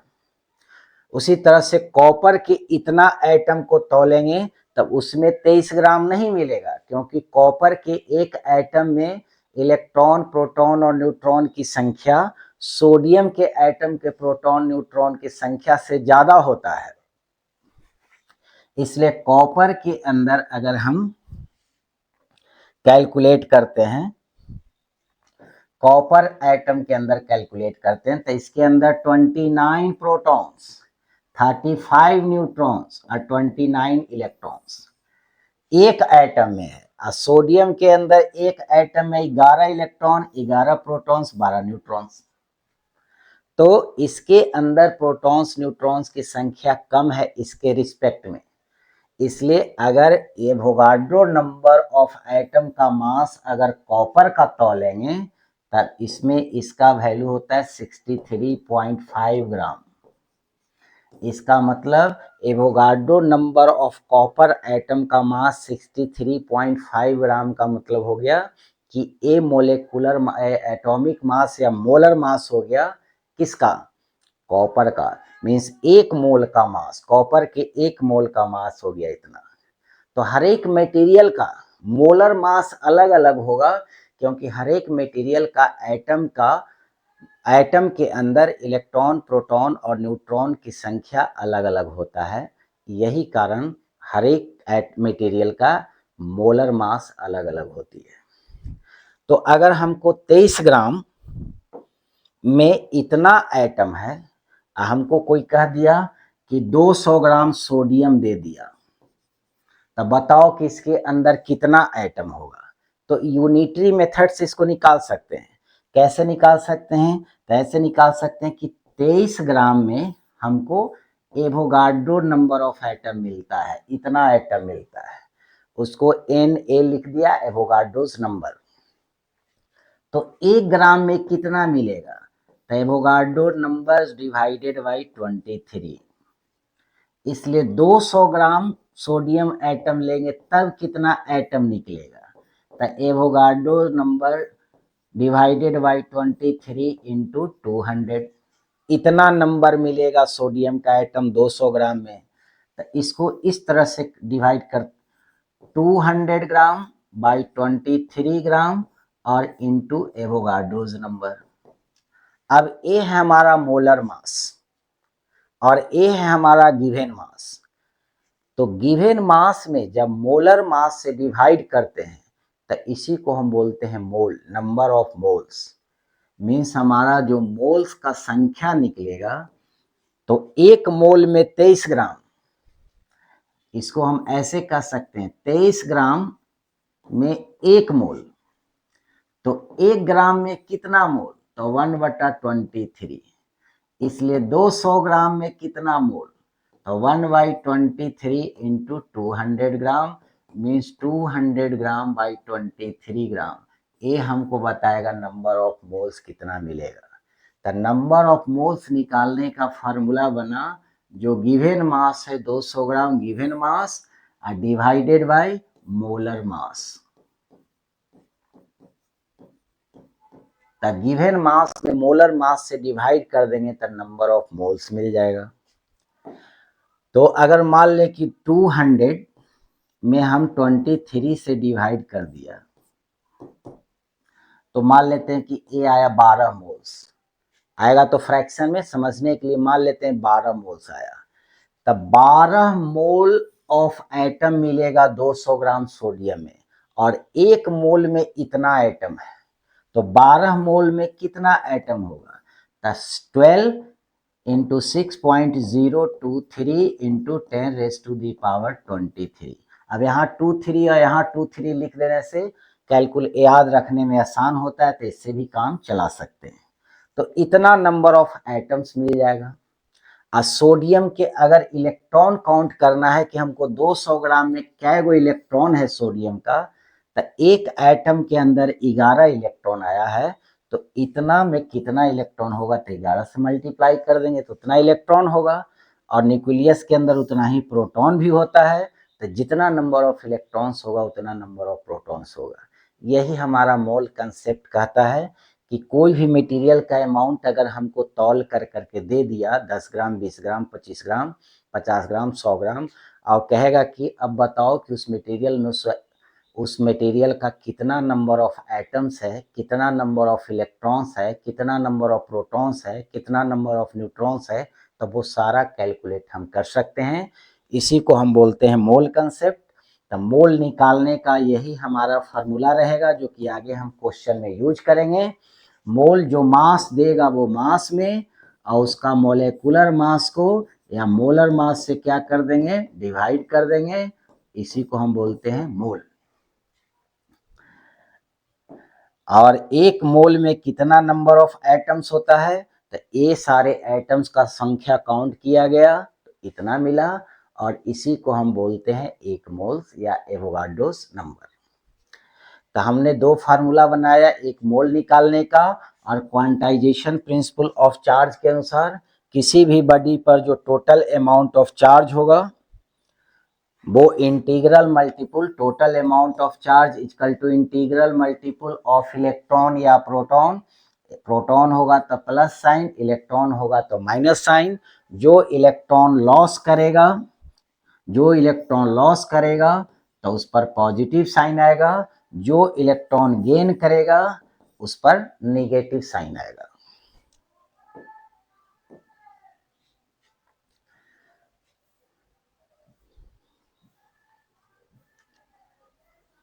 तो अब इससे रिलेटेड कुछ न्यूमेरिकल क्वेश्चन करेंगे। तो पहला question, which of the following is correct regarding electric charge. Electric charge से रिगार्डिंग कौन सा स्टेटमेंट, उसके संदर्भ में कौन सा स्टेटमेंट सही है। तो पहला कह रहा है कि if a body is having positive charge that is shortage of electron. किसी भी बॉडी पर पॉजिटिव चार्ज का मतलब है कि उसके पास इलेक्ट्रॉन का शॉर्टेज है। शॉर्टेज का मतलब इलेक्ट्रॉन लॉस कर दिया है। तभी हम लोग पढ़े हैं कि जो इलेक्ट्रॉन लॉस कर देगा उसके पास पॉजिटिव चार्ज आता है। तो इसका मतलब ये सही स्टेटमेंट है, ये हमारा स्टेटमेंट सही है। दूसरा कह रहा है if a body is having negative charge that is excess of electron. तो जिसके पास इलेक्ट्रॉन गेन करने की कैपेसिटी रहती है तो वो नेगेटिव चार्ज बॉडी कहलाता है, ये भी सही है। मिनिमम पॉसिबल ऑफ चार्ज, किसी भी बॉडी पर मिनिमम कितना चार्ज दे सकते हैं, तो 1 इलेक्ट्रॉन दे सकते हैं, नहीं तो 1 प्रोटॉन दे सकते हैं, क्योंकि इलेक्ट्रॉन प्रोटॉन हमारा फंडामेंटल चार्ज पार्टिकल है जिसको तोड़ ही नहीं सकते हैं। तो इलेक्ट्रॉन पर चार्ज होता है 1.6 इंटू 10⁻⁻19 कूलम, इतना ही चार्ज प्रोटॉन पर होगा। इसका मतलब मिनिमम अमाउंट किसी भी बॉडी पर प्लस या माइनस में इतना ही दे सकते हैं, ये भी सही है। अगला है charge is quantized that is Q equal two plus minus Ne। Means किसी भी बॉडी पर चार्ज जो देंगे उसका amount integral multiple of electron होगा या प्रोटॉन होगा, ये भी सही है। तो ऑप्शन 4 हो जाएगा, ऑल ऑफ द एबव।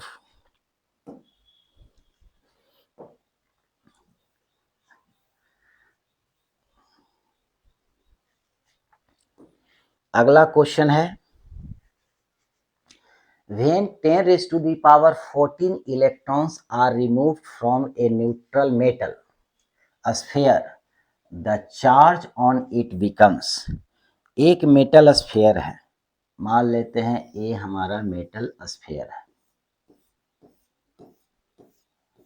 ये मेटल स्फीयर है, और इससे हम इलेक्ट्रॉन निकाल दिया। कितना नंबर निकाल दिया, तो 10 raise to the power 14 electrons बाहर निकाल दिया। इसका मतलब ये इलेक्ट्रॉन को लॉस कर रहा है। तो जब ये इलेक्ट्रॉन को लॉस कर रहा है इसका मतलब इसके पास प्रोटॉन की संख्या बढ़ गया होगा। तो जितना इलेक्ट्रॉन इससे बाहर निकला होगा उतना प्रोटॉन्स इस पर ज़्यादा हो गया होगा। इसका मतलब इस पर नंबर ऑफ प्रोटॉन्स की भी संख्या एक्सेस हो गया होगा 10 रेज टू दी पावर 14। तो पूछ रहा है कि इस बॉडी पर टोटल कितना चार्ज हो गया होगा जब इतना इलेक्ट्रॉन बाहर निकाल दिया, तो पॉजिटिवली चार्ज होगा। तो क्वांटाइजेशन प्रिंसिपल कहता है इंटीग्रल मल्टीपल ऑफ इलेक्ट्रॉन या प्रोटॉन।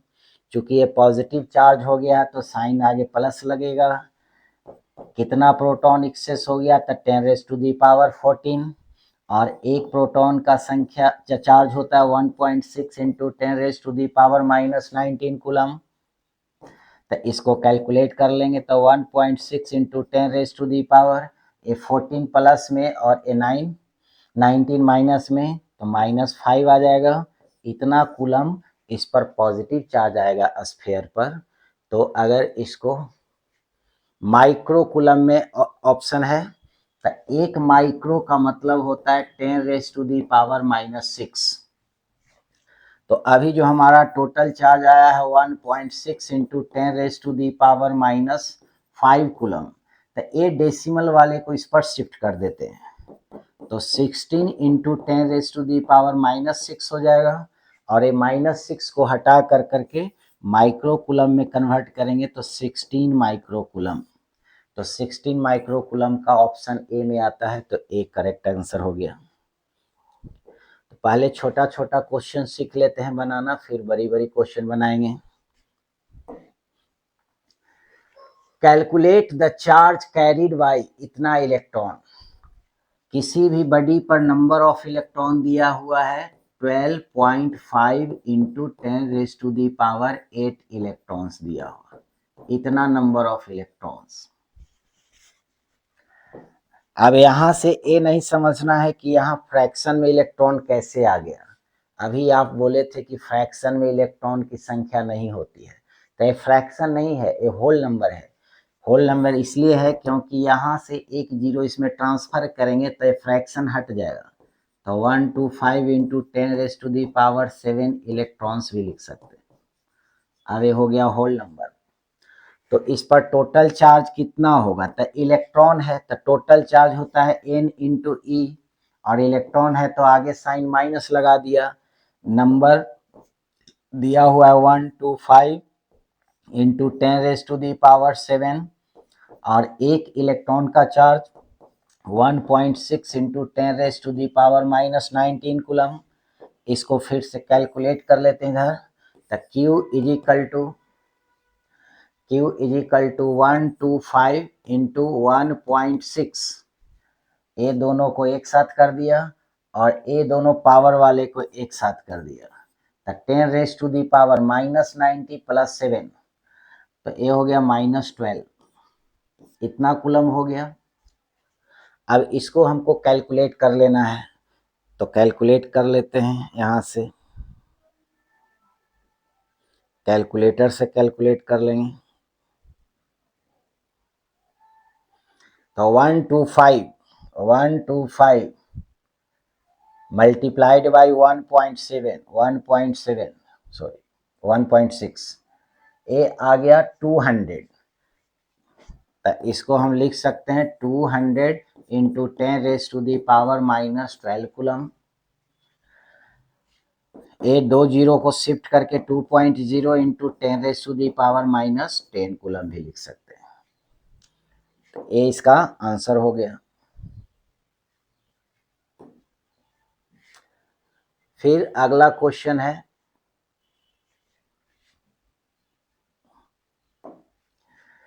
विच इज बिगर, बड़ा कौन है, 1 कूलम ऑफ चार्ज और ए चार्ज ऑन एन इलेक्ट्रॉन।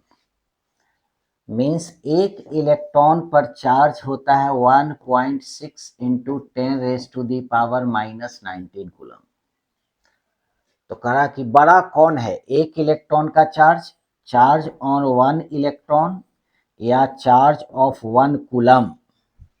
तो 1 कूलम चार्ज बड़ा है या 1 इलेक्ट्रॉन का चार्ज बड़ा है। तो प्रिंसिपल ऑफ क्वांटाइजेशन को अगर लगाते हैं तो Q is equal to N into e होगा। तो एक कूलम चार्ज पर कितना इलेक्ट्रॉन होगा वो पहले निकाल लेते हैं। तो N का वैल्यू अगर निकालते हैं तो Q बटा E आएगा। तो Q दिया है 1 कूलम और एक इलेक्ट्रॉन का चार्ज होता है 1.6 इंटू 10⁻⁻19। तो इसको कैलकुलेट करेंगे तो ये आएगा 6.25 इंटू 10⁻18 नंबर ऑफ इलेक्ट्रॉन्स। इसका मतलब है कि एक कूलम चार्ज में इतना बहुत बड़ा अमाउंट ऑफ इलेक्ट्रॉन होता है। इसका मतलब 10⁻18 इलेक्ट्रॉन के बराबर एक कूलम है। इसका मतलब एक इलेक्ट्रॉन से बहुत ज़्यादा है। इसका मतलब सबसे बड़ा चार्ज हो गया 1 कूलम, छोटा चार्ज हुआ चार्ज ऑफ एक इलेक्ट्रॉन। और उसके बाद कह रहा है how many elementary charge form 1 coulomb of charge. Means elementary charge का मतलब कितना इलेक्ट्रॉन मिल कर करके एक कूलम चार्ज का फॉर्मेशन करेगा। तो इसको याद भी रख लेते हैं ऑब्जेक्टिव क्वेश्चन के फॉर्म में। 6.25 इंटू 10⁻18 नंबर ऑफ इलेक्ट्रॉन्स मिलकर करके एक कूलम चार्ज का फॉर्मेशन करता है। इसलिए कूलम चार्ज का जो यूनिट है वो बड़ी यूनिट है, इसलिए जनरली हम लोग यूज करते हैं micro coulomb, nano coulomb, pico coulomb. ये सारे यूनिट ऑफ चार्ज पिछले क्लास में हम लोग कर चुके हैं। तो एक कूलम चार्ज में इतना नंबर ऑफ इलेक्ट्रॉन्स होते हैं।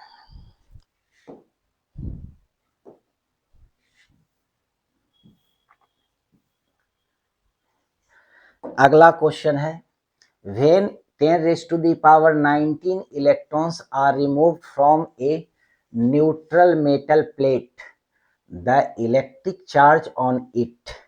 एक कोई मेटल का प्लेट है, ये हमारा कोई प्लेट है, और इस प्लेट से 10 raise to the power 19 number of electrons बाहर निकाल दिया। तो इलेक्ट्रॉन बाहर निकालने का मतलब इलेक्ट्रॉन का लॉस कर रहा है। तो जितना इलेक्ट्रॉन का लॉस करेगा उतना ही इस पर प्रोटॉन की संख्या बढ़ जाएगा। तो प्रोटॉन की संख्या बढ़ेगा, इसका मतलब ये पॉजिटिवली चार्ज बॉडी हो गया। तो इस पर टोटल चार्ज होगा n इंटू ई, और पॉजिटिवली चार्ज हो गया इसलिए प्लस। जितना इलेक्ट्रॉन बाहर निकलेगा उतना प्रोटॉन की संख्या इसमें बढ़ जाएगा। तो प्रोटॉन की संख्या एक्सेस हो जाएगा 10 रेज टू दी पावर 19, और एक प्रोटॉन पर चार्ज हो गया 1.6 into 10 raise to the power -19। अब इसको कैलकुलेट करेंगे तो 1.6 कूलम मीन्स इस मेटल के प्लेट पर 1.6 कूलम पॉजिटिव चार्ज आ जाएगा।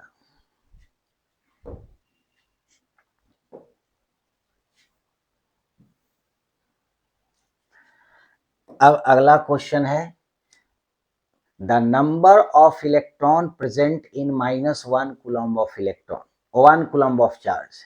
तभी हम लोग 1 कूलम प्लस में पढ़े थे। एक कूलम प्लस में कितना नंबर ऑफ प्रोटॉन्स होगा? एक कूलम चार्ज में 6.25 into 10 raise to the power 18 इतना नंबर ऑफ प्रोटॉन्स हो जाएगा, पॉजिटिव चार्ज है तब। और -1 कूलम का मतलब उस पर निगेटिव चार्ज है, तो इतना ही नंबर ऑफ इलेक्ट्रॉन्स हो जाएगा।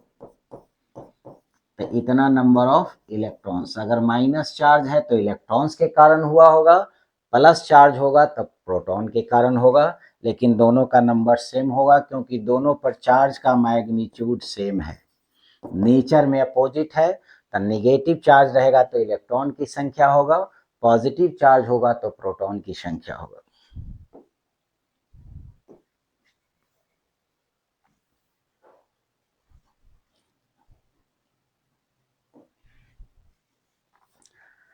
अब अगला क्वेश्चन है, a body is having charge 4.8 into 10 raised to the power -18, estimate the number of electron in excess or shortage। A body के पास प्लस में चार्ज है, तो प्लस में चार्ज का मतलब वो इलेक्ट्रॉन लॉस कर दिया होगा। मान लेते हैं ये हमारा कोई बॉडी है और इस बॉडी पर चार्ज आया है प्लस में, प्लस का मतलब इलेक्ट्रॉन का शॉर्टेज है। तो ये कितना इलेक्ट्रॉन शॉर्टेज किया है? तो इस पर जो चार्ज है, टोटल चार्ज वो दिया हुआ है 4.8 into 10 raise to the power -18 coulomb. तो ये चार्ज बराबर जानते हैं क्वांटाइजेशन प्रिंसिपल से प्लस माइनस NE। इस पर पॉजिटिव चार्ज है इसलिए साइन प्लस वाला ले लेंगे। तो AN क्या देगा? नंबर ऑफ प्रोटॉन्स की संख्या देगा। तो उत नंबर ऑफ प्रोटॉन्स की संख्या देगा उतना ही नंबर ऑफ इलेक्ट्रॉन्स बाहर निकला होगा, क्योंकि जितना नंबर ऑफ इलेक्ट्रॉन्स बाहर निकलेगा उतना ही इस पर प्रोटॉन्स बन जाएगा। तो यहाँ प्रोटॉन्स की संख्या जो निकालेंगे वही नंबर ऑफ इलेक्ट्रॉन्स की संख्या भी हो जाएगा। इसलिए n का वैल्यू निकालेंगे तो total charge upon charge of electron या प्रोटॉन। तो टोटल चार्ज इस पर आया है 4.8 into 10 raise to the power -18 divided by एक प्रोटॉन की संख्या 1.6 into 10 raise to the power -19। ये 3 टाइम्स कैंसिल हो जाएगा, तो इसका मतलब आ जाएगा 30।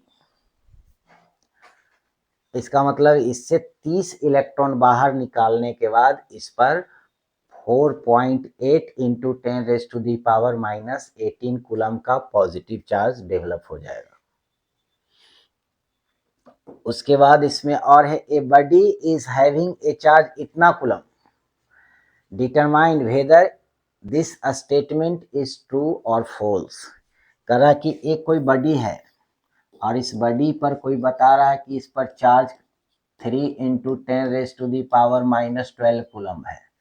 तो बताओ कि ए वाला इतना चार्ज इस बॉडी पर हो सकता है कि नहीं, ये सही है कि नहीं है। तो क्वांटाइजेशन प्रिंसिपल लगाएंगे, Q इक्वल टू NE। अगर कोई साइन नहीं दिया है तो प्लस साइन मान करके चलेंगे, मीन्स नंबर ऑफ प्रोटॉन की संख्या यहाँ से निकाल लेंगे तो Q बटा E। अब Q का वैल्यू है 3 इंटू 10⁻⁻12 और 1.6 इंटू 10⁻⁻19। इसको कैलकुलेट करेंगे, डेसिमल ऊपर शिफ्ट कर देते हैं तो 30/16। ए 19 ऊपर ले जाएंगे प्लस 19 और ए -12 हो जाएगा, तो ए हो गया 10⁻7। अब इसको कैलकुलेट करने के बाद अगर ए इंटीजर आता है तो सही है, अगर ये फ्रैक्शन आता है तो गलत होगा। क्यों? क्योंकि क्वांटाइजेशन प्रिंसिपल कहता है कि ए जो n जो हमारा वैल्यू है फार्मूला में, Q equal two plus minus NE, n integer होना चाहिए, इंटीग्रल मल्टीपल ऑफ इलेक्ट्रॉन और प्रोटॉन होना चाहिए। तो इसको अगर हम कैलकुलेट कर लें तो कैलकुलेट सामने कैलकुलेटर से करते हैं, तो 30 डिवाइडेड बाई 16, तो ए आया 1.875, ए आया 1.875 इंटू 10⁻⁷।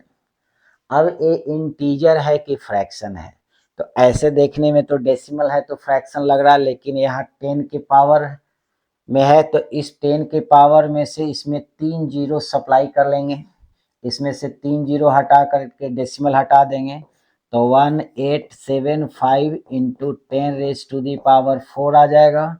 अब इसमें कहीं कोई डेसिमल नहीं है, ये इंटीजर है, तो इंटीजर होने के कारण इतना अमाउंट ऑफ चार्ज संभव है, क्योंकि n का वैल्यू इंटीजर आने का मतलब है कि जो भी इलेक्ट्रॉन निकला होगा वो सब इंटीजर वैल्यू में निकला होगा, कंप्लीट फॉर्म में निकला होगा। इसका मतलब ये संभव है। इसी में कहा estimate the number of electron in 36 gram of water, how much is the total negative charge on these electrons. Estimate the number of electron in 36 gram of water। तो वाटर है, तो वाटर का मास लिया हुआ 36 ग्राम। मान ले ये हमारा ग्लास है और इस ग्लास में वाटर 36 ग्राम ले लिया। मान ले एक गिलास पानी दिया पीने के लिए, तो एक गिलास पानी हमको पीने के लिए दिया तो कितना एटम, कितना मोलेकुल्स, कितना इलेक्ट्रॉन, कितना प्रोटॉन हम पी गए, उसकी संख्या अगर हमको निकालना है तो कैसे निकालेंगे। तो इसके लिए तो हमको मोल कंसेप्ट निकालना पड़ेगा। तो वाटर देखेंगे कि वाटर बना हुआ किस चीज से है, तो मोलेकुल से बना हुआ। इसमें एक ऑक्सीजन एटम है और 2 हाइड्रोजन एटम है। तो इसका ऑक्सीजन का मोलर मास होता है 16 और इसका 2, तो इसका हो गया 1 मोल का मास 18 ग्राम। तो 36 ग्राम में कितना मोल ऑफ H2O हम लोग पी गए हैं। तो नंबर ऑफ मोल्स अगर निकालते हैं तो given mass divided by molecular mass, molecular mass, तो मास है 36 ग्राम और 1 मोल ऑफ हाइड्रोजन मोलेकुल्स का मास है 18 ग्राम। तो 18 से डिवाइड कर दिया तो ए आ गया 2 मोल। तो 2 मोल H2O मिला, क्योंकि ये मोलेकुल्स के फॉर्म में है। तो 2 मोल H2O मिला। तो इसमें पूछ रहा है नंबर ऑफ इलेक्ट्रॉन्स निकालना है, तो पहले नंबर ऑफ मॉलिक्यूल्स निकाल देंगे। तो इसमें नंबर ऑफ मॉलिक्यूल्स अगर निकालते हैं तो number of moles into Avogadro's number, तो एवोगाड्रोस नंबर 6.023 इंटू 10⁻⁻23, इतना नंबर ऑफ H2O मिला, इतना नंबर ऑफ हाइड्रोजन मॉलिक्यूल्स मिला, वाटर मॉलिक्यूल्स मिला। अब हमको इसमें नंबर ऑफ इलेक्ट्रॉन निकालना है। तो एक मोलेकुल्स में कितना इलेक्ट्रॉन है, तो एक मोलेकुल्स में एक ऑक्सीजन है और 2 हाइड्रोजन है। तो इसके पास 8 इलेक्ट्रॉन, इसके पास 1 इलेक्ट्रॉन, इसके पास 1 इलेक्ट्रॉन। तो एक वाटर मोलेकुल्स के पास टोटल 10 इलेक्ट्रॉन्स है। तो इतना वाटर मोलेकुल्स के पास टोटल कितना इलेक्ट्रॉन हो जाएगा, तो नंबर ऑफ इलेक्ट्रॉन्स अगर निकालें, नंबर ऑफ इलेक्ट्रॉन्स निकाले तो 2 इंटू 6.023 इंटू 10⁻⁻23 और इंटू 10। अब इसको कैलकुलेट कर लेंगे। 10 इसके ऊपर शिफ्ट कर देते हैं तो 6.023 इंटू 10 इंटू 2 इंटू 10⁻24। अब इसको कैलकुलेट कर लेंगे।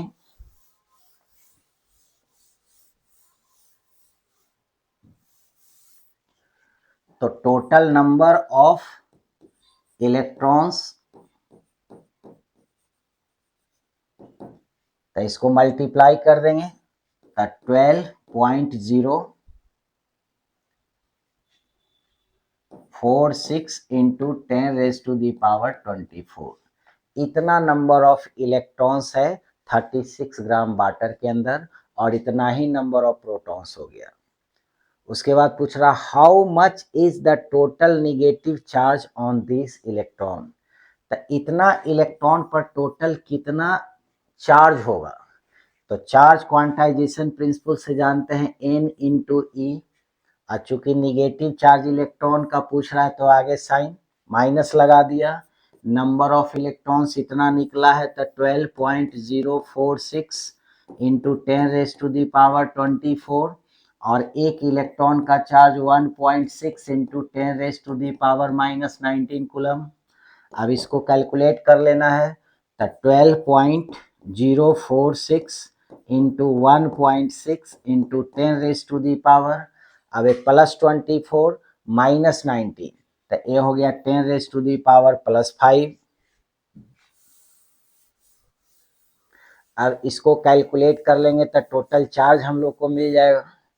तो इसको कैलकुलेटर से कैलकुलेट करेंगे, तो कैलकुलेट कर लेते हैं 12.046 इंटू 1.6, तो ये आ गया 19.2736 इंटू 10⁻5 कूलम। इसको राउंडिंग कर करके भी लिख सकते हैं इस पर 19.3 इंटू 10⁻5 कूलम। मीन्स इतना कूलम चार्ज, अगर एक गिलास पानी पीने का मतलब इतना कूलम का निगेटिव चार्ज पी गया, इतना ही कूलम का पॉजिटिव चार्ज पी गया। ये तो हम इलेक्ट्रॉन का निकाल रहे हैं तो सबके आगे साइन माइनस रहेगा। उसके बाद करा estimate the charge in 26 gram of sodium. तो अगला पॉइंट सोडियम के बारे में है। तो सोडियम का मास दिया हुआ है, तो मास सोडियम का दिया हुआ है 26 ग्राम। एटॉमिक मास इसका जो होता है, एटॉमिक मास है इसका 23 ग्राम सोडियम का। तो इसमें नंबर ऑफ मोल्स निकालेंगे तो मास बाई एटॉमिक मास या मोलर मास। तो यहाँ पर एटॉमिक मास लिख दिया 1 मोल एटम के मास को एटॉमिक मास यहाँ रखेंगे, तो ए आ गया 26 डिवाइडेड बाई 23 मीन्स 2 मोल।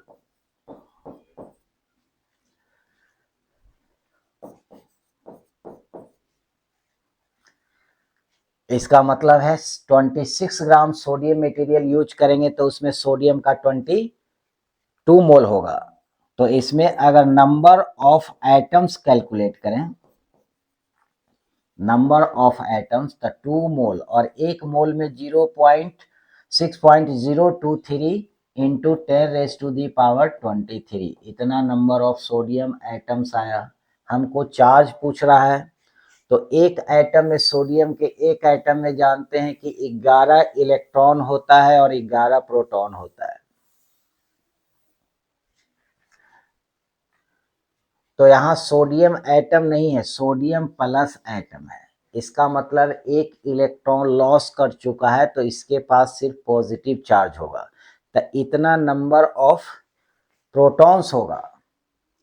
तो टोटल चार्ज अगर निकालें Q, तो क्वांटाइजेशन प्रिंसिपल से Q is equal two plus minus Ne।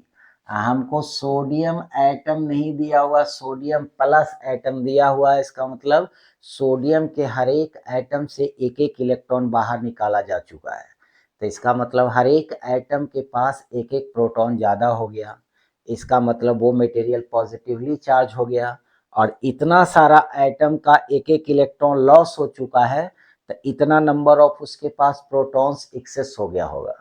तो यहाँ पर जो हम साइन यूज करेंगे वो प्लस वाला साइन यूज करेंगे। तो अब इसको कैलकुलेट कर लेंगे, तो 2 इंटू 6.023 इंटू 10⁻⁻23, और एक प्रोटॉन का चार्ज यहाँ यूज करेंगे 1.6 इंटू 10⁻⁻19 कूलम।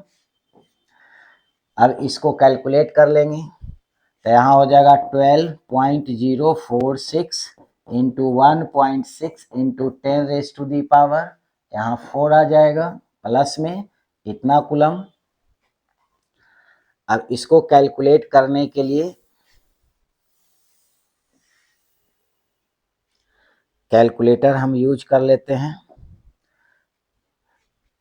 तो 12.046 मल्टीप्लाइड बाई 1.6, ए आया 19.2736, तो A7 को यहाँ राउंडिंग कर देते हैं 3, तो इसको लिख सकते हैं 19.3 इंटू 10⁻⁴ कूलम। इतना पॉजिटिव चार्ज होगा। 26 ग्राम अगर सोडियम लेते हैं, किस फॉर्म में लेते हैं, Na+ के फॉर्म में, इसका मतलब इसके अंदर से इलेक्ट्रॉन निकाला हुआ है, तो इतना पॉजिटिव चार्ज इस पर आ गया।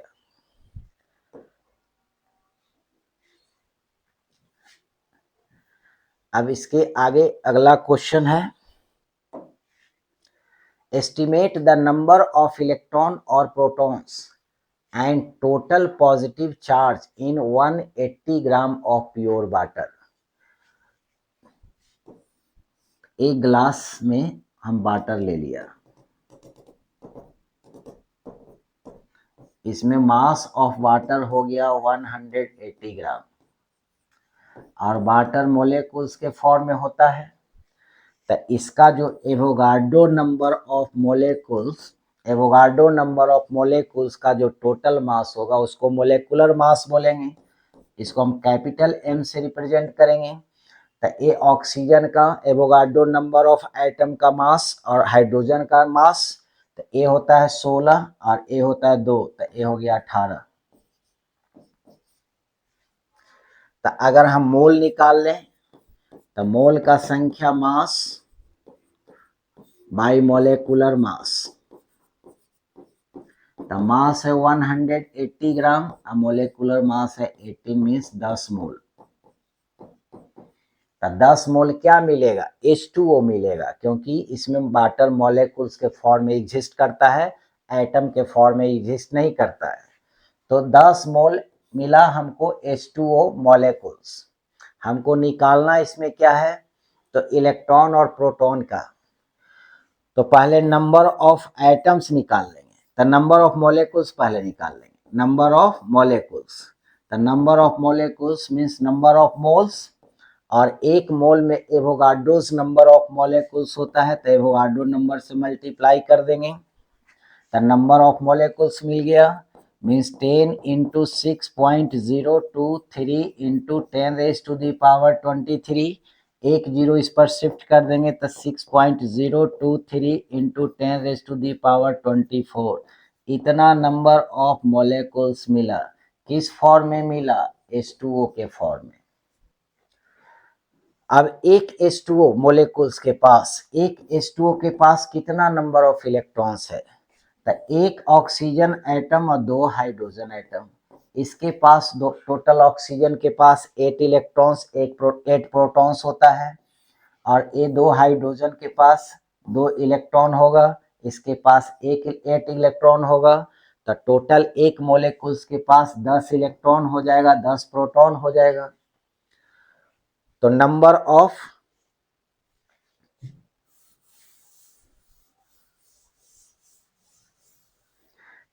ऑफ मॉलिक्यूल्स तो इतना हुआ, तो टोटल पॉजिटिव चार्ज निकालना है, तो इतना नंबर ऑफ प्रोटॉन्स हो, इतना नंबर ऑफ मॉलिक्यूल्स हो गया, तो नंबर ऑफ इलेक्ट्रॉन्स अगर निकालते हैं, तो नंबर ऑफ इलेक्ट्रॉन्स कैसे निकलेगा? तो नंबर ऑफ मॉलिक्यूल्स, तो नंबर ऑफ मॉलिक्यूल्स आया 6.023 इंटू 10⁻24, इतना नंबर ऑफ मॉलिक्यूल्स है, और एक मॉलिक्यूल्स के अंदर 10 इलेक्ट्रॉन है, तो इसमें अंदर 10 इलेक्ट्रॉन से मल्टीप्लाई कर दिया तो टोटल नंबर ऑफ इलेक्ट्रॉन्स मिल गया। तो इसको कैलकुलेट कर लेंगे तो 6.023 इंटू 10⁻25, इतना नंबर ऑफ इलेक्ट्रॉन्स, और इतना ही नंबर ऑफ न्यूक्लियस में प्रोटॉन्स हो जाएगा। तो अगर टोटल चार्ज निकालना है तो क्वांटाइजेशन प्रिंसिपल का यूज कर लेंगे, n इंटू ई, इलेक्ट्रॉन को निकालेंगे तो माइनस साइन, प्रोटॉन वाला पॉजिटिव चार्ज निकालेंगे तो आगे प्लस साइन, और ए हो गया total number of electrons, n का वैल्यू, तो a total number of electrons और total number of protons same ही होगा।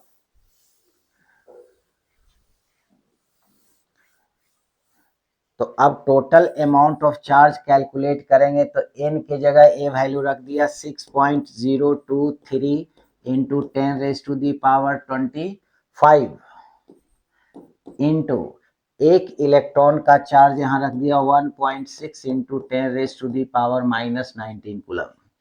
आगे साइन प्लस या माइनस लगा देंगे, अगर इलेक्ट्रॉन का निकालेंगे तो माइनस, और अगर प्रोटॉन का निकालेंगे तो प्लस, तो प्लस माइनस 6.023 इंटू 1.6 इंटू 10⁻⁻, ए प्लस वाला और माइनस वाला को एक साथ कर लेंगे तो ए आ जाएगा 6, इतना कूलम। अब इसको कैलकुलेट कर लेते हैं, तो 6.023 मल्टीप्लाइड बाई 1.6, ए आया 9.6368, इसको हम चार्ज को लिख सकते हैं 9.6368 इंटू 10⁻⁻, यहाँ जो वैल्यू आया 6 कूलम, इतना कूलम उसके अंदर पॉजिटिव चार्ज भी होगा और नेगेटिव चार्ज भी होगा। तो पहला हमको पूछा estimate the number of electrons और प्रोटॉन्स, तो नंबर ऑफ इलेक्ट्रॉन्स प्रोटॉन्स इतना हो गया। उसके बाद पूछ रहा total positive charge in 180 gram of pure water, तो इतना ही पॉजिटिव चार्ज होगा, इतना ही नंबर ऑफ इलेक्ट्रॉन होता है तो इतना ही नेगेटिव चार्ज भी होगा, तो पॉजिटिव चार्ज भी इतना ही रहेगा और नेगेटिव चार्ज भी इतना ही रहेगा। अब इससे रिलेटेड जो नेक्स्ट क्वेश्चन होगा वो अगले क्लास में, इसका रिलेटेड क्वेश्चन फिर अगले क्लास में करेंगे। तो आज इतना ही, थैंक यू।